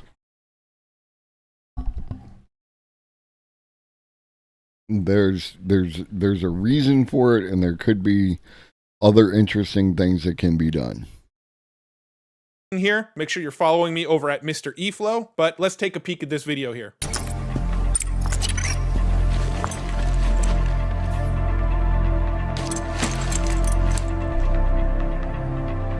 Hey Jen, how are you? Unfortunately, not so good. How come? I'm worried about the crime around here. It's gotten bad lately. My ramen shop got caught in the crossfire. Can I help? If you want to do something about this, I have heard rumors that the powerful crime lord Kuman Aoki is causing all sorts of chaos in the city. He may be the root of this violence. And another point regarding the procedurally generated missions, right? And the point that the guy was making about how it'll be like a boring, get me 20 beetle skulls. You could have certain in-game prompts, right? Like within whatever the language used by any of the NPCs in the procedurally generated mission, that just has certain data points. Okay, we need to do this and we need to do that and we need to do that. And how we go about those things could all be procedurally generated. So it gives you a different experience than another person is going to get. And that's what I just got from this, is like, he's talking to this person and he's talking about this, this crime boss or whatever, is like, only the crime boss is important, and like what your interaction is with them. So how you get from point A to point Z is not as important as the journey, right? Like it can be this twisting concept as long as it hits these particular points at some point. Anyone who is here for the fundraising stream with Detroit Become Human, like, I felt like there's a functionality that existed within that which was planned out that could be mimicked through procedural generation, and then how events that I did affected both the short-term and long-term story. So that guy can suck it. He's wrong. I'll talk to him. Where can I find him? I have heard he hangs out in the underground fight clubs on the city's east side. Try there. Okay, I'll go. Be careful, Kai.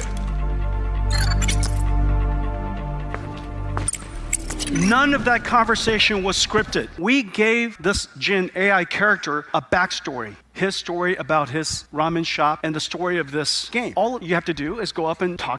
What are these cuts in this video? To this character. And because this character has been infused with artificial intelligence and large language models, it can interact with you, understand your meaning in a really reasonable way. So like Jensen said, that was all generated with AI. I would have loved to see them have a different conversation, because the conversation they had in that video looked like it could have been pre-scripted, right? He walked into somebody's ramen shop, asked how he was doing. The guy said, my ramen shop's been caught in the crossfire. Guy asked, well, who do you think did it? He gave him some information, and it felt like it could have been pre-written dialogue. It would have been really interesting for the end user to walk into the ramen shop and have a little bit more of an in-depth discussion before diving into what he needed to do next, because otherwise it's sort of not really too different from having pre-written dialogue. Now, one thing that's really cool is one of the creators of this technology, the founder of Convey, reached out to me, and we're going to have a chat, and he's going to give me a little bit deeper of a walkthrough of how this technology actually works. So expect a follow-up video where we dive even deeper on how this technology works and where it's headed. Now, this idea of being able to have conversations with NPCs in video games and have the conversation be generated by AI isn't super new. In fact, my buddy Matt Vid Pro here did a video about it 2 months ago where he streamed playing an AI game. The big difference is the timing. It's the latency, right? When we just watched that in-video demo, the person asked a question and the response came nearly immediately. Watch how the existing games that are on the market that do this kind of thing work right now. Just pay attention to the pause in there. Listen, what's your name? Can I call you sweetheart if you don't mind? Do you have a family? Do you have kids? And most importantly, do you play Among Us?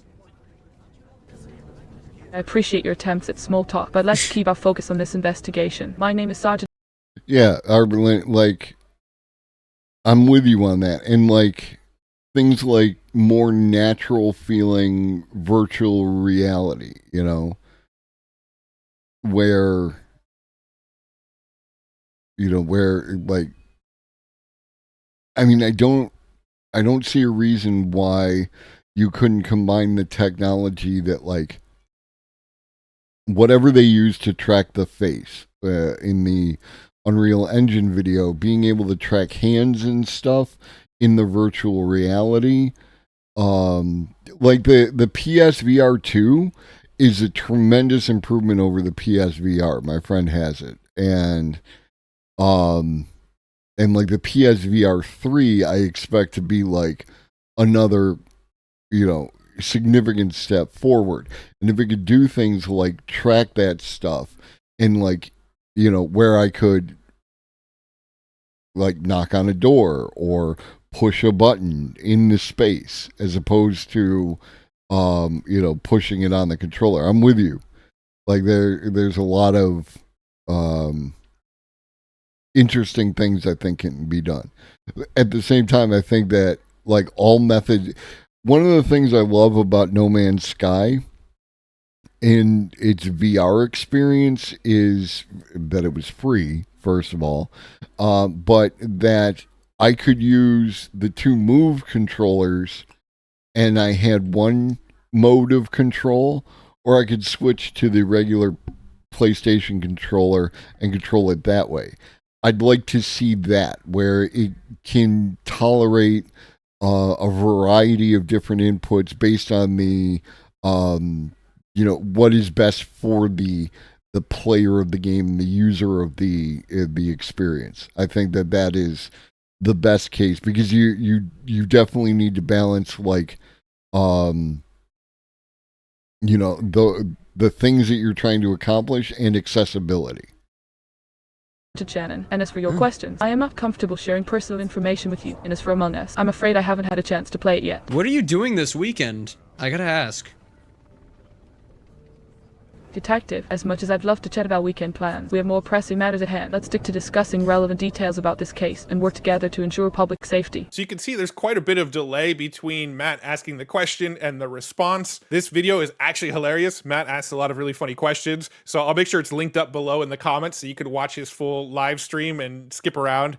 Some of the stuff he tries to get the AI to say is pretty hilarious, but I won't spoil it. You should check out his video. Continuing on with the theme of gaming, this is brand new research called Voyager that's actually training the computer to play Minecraft. It could do things like mine amethyst, gather cactus, build a base, fight endermen, build a house, mine gold, build nether portal, hunt pigs, swim, and basically do. So not only can you have a VTuber that is generated by AI and presents an AI generated visage, but it can also play Minecraft.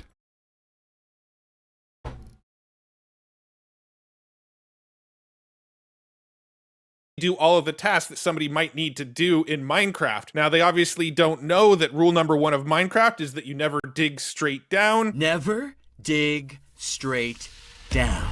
But this is a learning computer. Now, the idea of a bot that learns to play Minecraft on the surface may not sound that impressive, but the technology and what they built underneath is actually quite cool. So basically what this model is trying to do is it's trying to become the best Minecraft player in the world. And the way it's doing that is it's by going and learning how to do different skills, and once it figures out how to do a skill, it saves that skill into its own internal memory so that it can remember how to do that again later, and then moves on to learning another skill, and then it saves that skill as code inside of its internal memory, and it repeats this process and repeats this process until it gets better and better and better at Minecraft. So it's a learning bot that's essentially teaching itself to get better at Minecraft. Once it gets good at one skill, saves that skill inside of its code memory, and then continues to stack skills on top of it. While the use case that they're demonstrating this with is Minecraft, the underlying technology of this is really, really powerful when you think about it. It's a self-learning bot that will learn a new skill, save that skill to memory, move on, learn the next skill, and continue to stack skills on top of itself until it's the best at the final larger skill that it's trying to accomplish. So here's why they specifically chose Minecraft. Unlike most other games studied in AI, Minecraft does not impose a predefined end goal or fixed storyline, but rather provides a unique playground with endless possibilities. You're not trying to necessarily beat the game, you're just trying to get better and better and better and explore and build and just figure out new tasks to do in the game. An effective lifelong learning agent should have similar capabilities as human players. So it will propose suitable tasks based on its current skill level and world state, learn to harvest sand and cactus before iron. If it finds itself in a desert rather than a forest, it will then refine skills based on environment feedback and commit mastered skills to memory for feature reuse in similar situations. For example, fighting zombies is similar to fighting spiders, and continually explore the world and seek out new tasks in a self-driven manner. And it's sort of this perpetuating cycle that will continue to loop. Seek out new tasks, learn how to do those tasks, commit them to memory, continue to seek out new tasks, learn how to do those, commit them to memory, repeat the process until it becomes the best Minecraft player in the world. When you really understand what they're trying to accomplish and you understand that it's not just about Minecraft, you can see how this can be powerful in other areas. It's essentially an autonomous agent, but created for use in a Minecraft world. And to top it all up, and like, you know, that's game over. And he's about to tell me that this is on GitHub.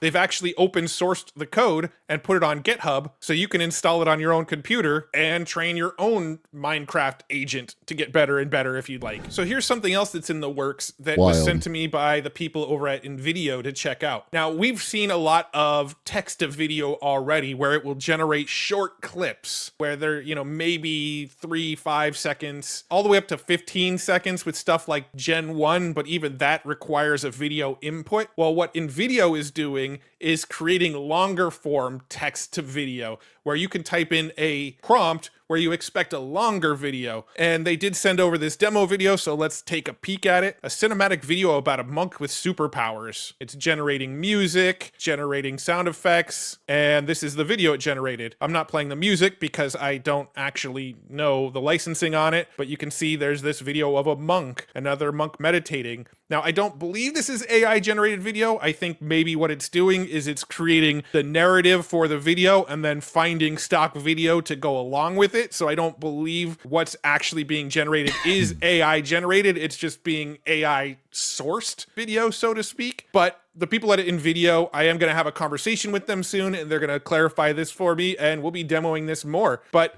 we're getting to a point now where you can enter a prompt for a full, longer video, and it will write the script, find the music, generate sound effects, pull in all the video clips that you need, and generate that video. Now, it'll get really exciting when it starts actually generating that video purely with AI, but right now, it's still pretty damn cool that it's going to be able to generate it using stock footage that it finds from around the internet to go along with the narrative that's on the screen. So I'm excited to see this either way. All right, now I'm going to move into some of the stuff that you can actually play with right now if you want to. Starting with this cool video that I came across for a tool called Écoute, which I believe is the French word for listen. It's a tool.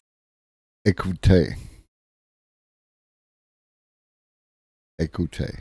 for online interviews. If somebody's interviewing you for a job, it will actually listen to the questions that they're asking during that job interview and then feed you the best response that you can give for that interview question. Now, this isn't a real interview here. This is sort of a demo interview, but check this out. What about your development areas? What do you have identified as your greatest and biggest improvement areas? You can see over on the right, you can see what the speaker is asking. Even to the right of that, you can see the recommended response to the question. And what have you done to improve them so far? I would say my greatest development area is my communication skills. I work on improving my ability to clearly convey my thoughts and ideas to others. I've been working on improving by practicing my active listening. And so you can see that as the interviewer asks the questions, it listens to the interviewer and then gives you the best response to that interview question, which is kind of funny because doesn't that sort of put everybody on a level playing field when it comes to doing an online job interview? As this sort of technology gets more prolific, I really doubt companies are going to be able to do interviews in this fashion because pretty much anybody can be eloquent and well thought out with their responses to interview questions. Again, this is open source. You can... I mean, let's get real. We've all done job interviews and, you know, some people just don't interview well and they're really good at their job.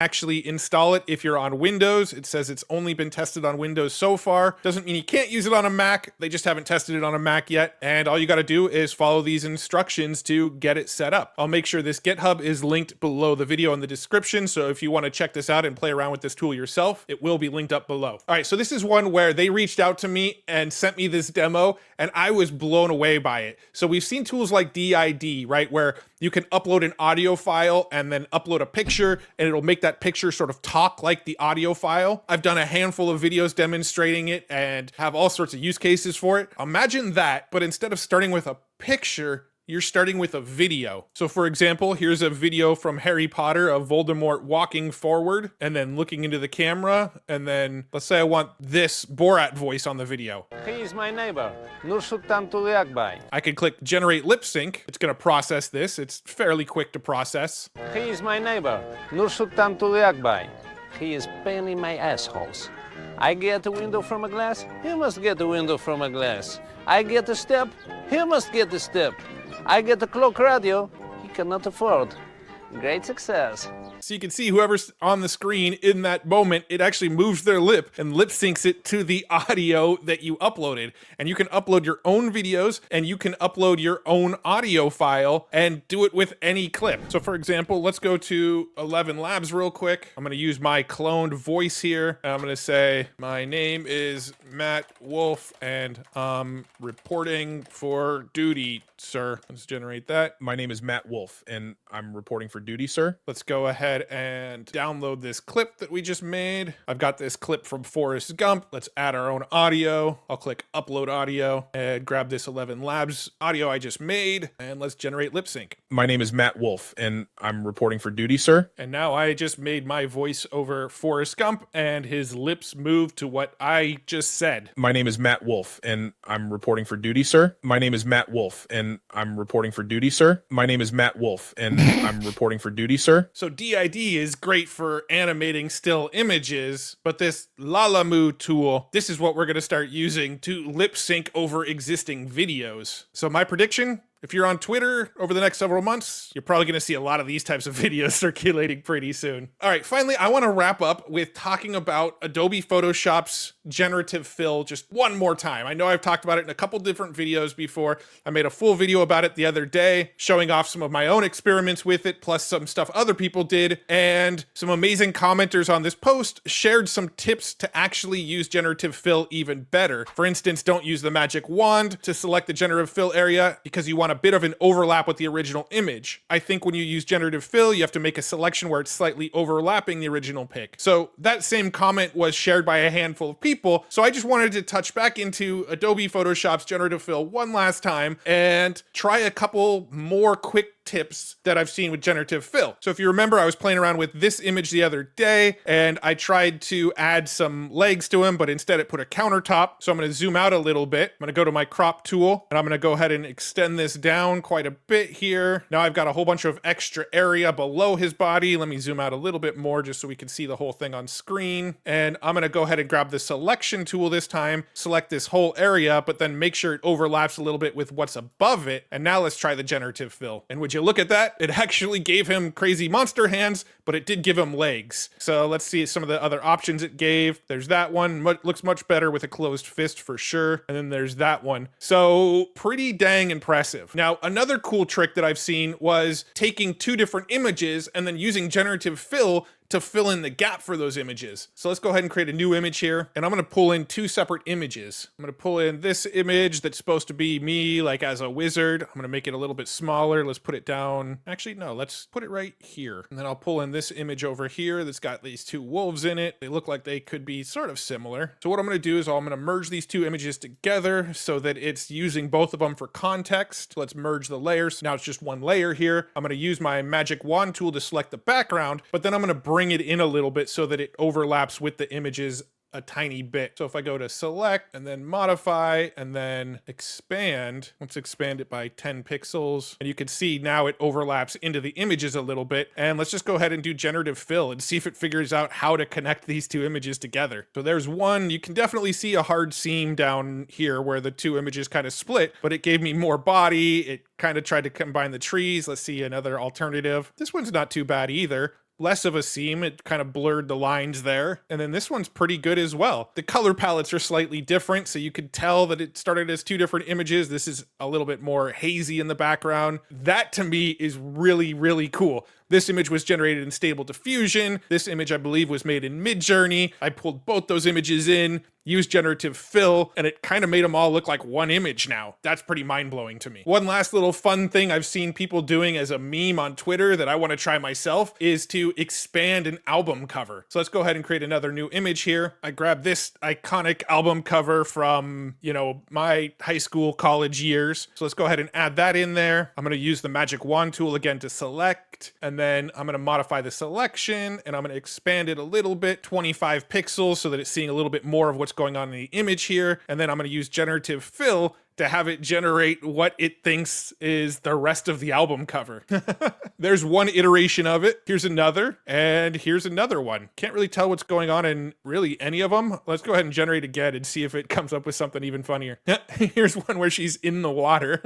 I don't know what's going on with that one. I don't know what's going on behind it, but it looks cool nonetheless. Wanted to make that little update to Photoshop Generative Fill, try some of the stuff that you guys were suggesting in the comments, try this meme generation that I've been seeing on Twitter, and have a little bit more fun with it, because generative fill is really impressive. And I think in my last video where I talked about it, I kind of undersold it a little bit. It is really fun and really cool. And that's all I got for you today. I have a couple requests of you. If you enjoyed this video, follow me over on Twitter. I am Mr. eFlow on Twitter. I share AI news almost as it happens. I share some of the coolest AI tools that I come across as I come across them. I make a lot of extra videos that are only available on Twitter that I don't share on YouTube. I like to make super edits of longer videos where I take Yeah, follow him on Twitter if you're on the Twitters.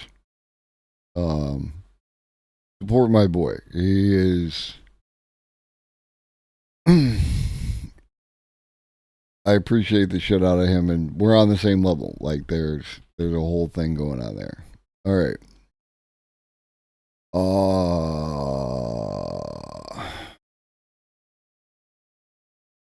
Why do we crucify ourselves every day? Crucify myself.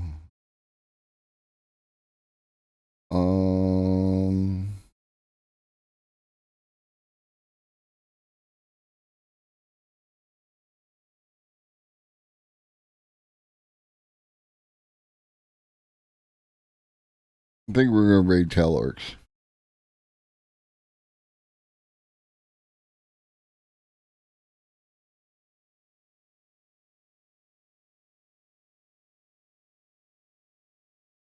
Alright, stick around for the raid and then go about your business.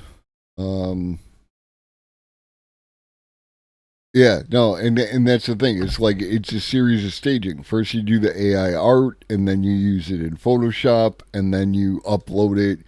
Like again with Leonardo, you put it into Leonardo, and generate off that, and you can do it back and forth. And I look forward to seeing what people come up with. I look forward. I don't have Photoshop, but. It's one of those things. But it's a subscription model, and I have enough subscriptions. It's like, what? Killing me small. But yeah. Anyway, appreciate you all. I look forward to seeing all of you who come around tomorrow. Eat some food like I'm gonna do. Drink your water. Take your meds if you forgot. Shoggy loves you. So do I. Let's go see Talorks.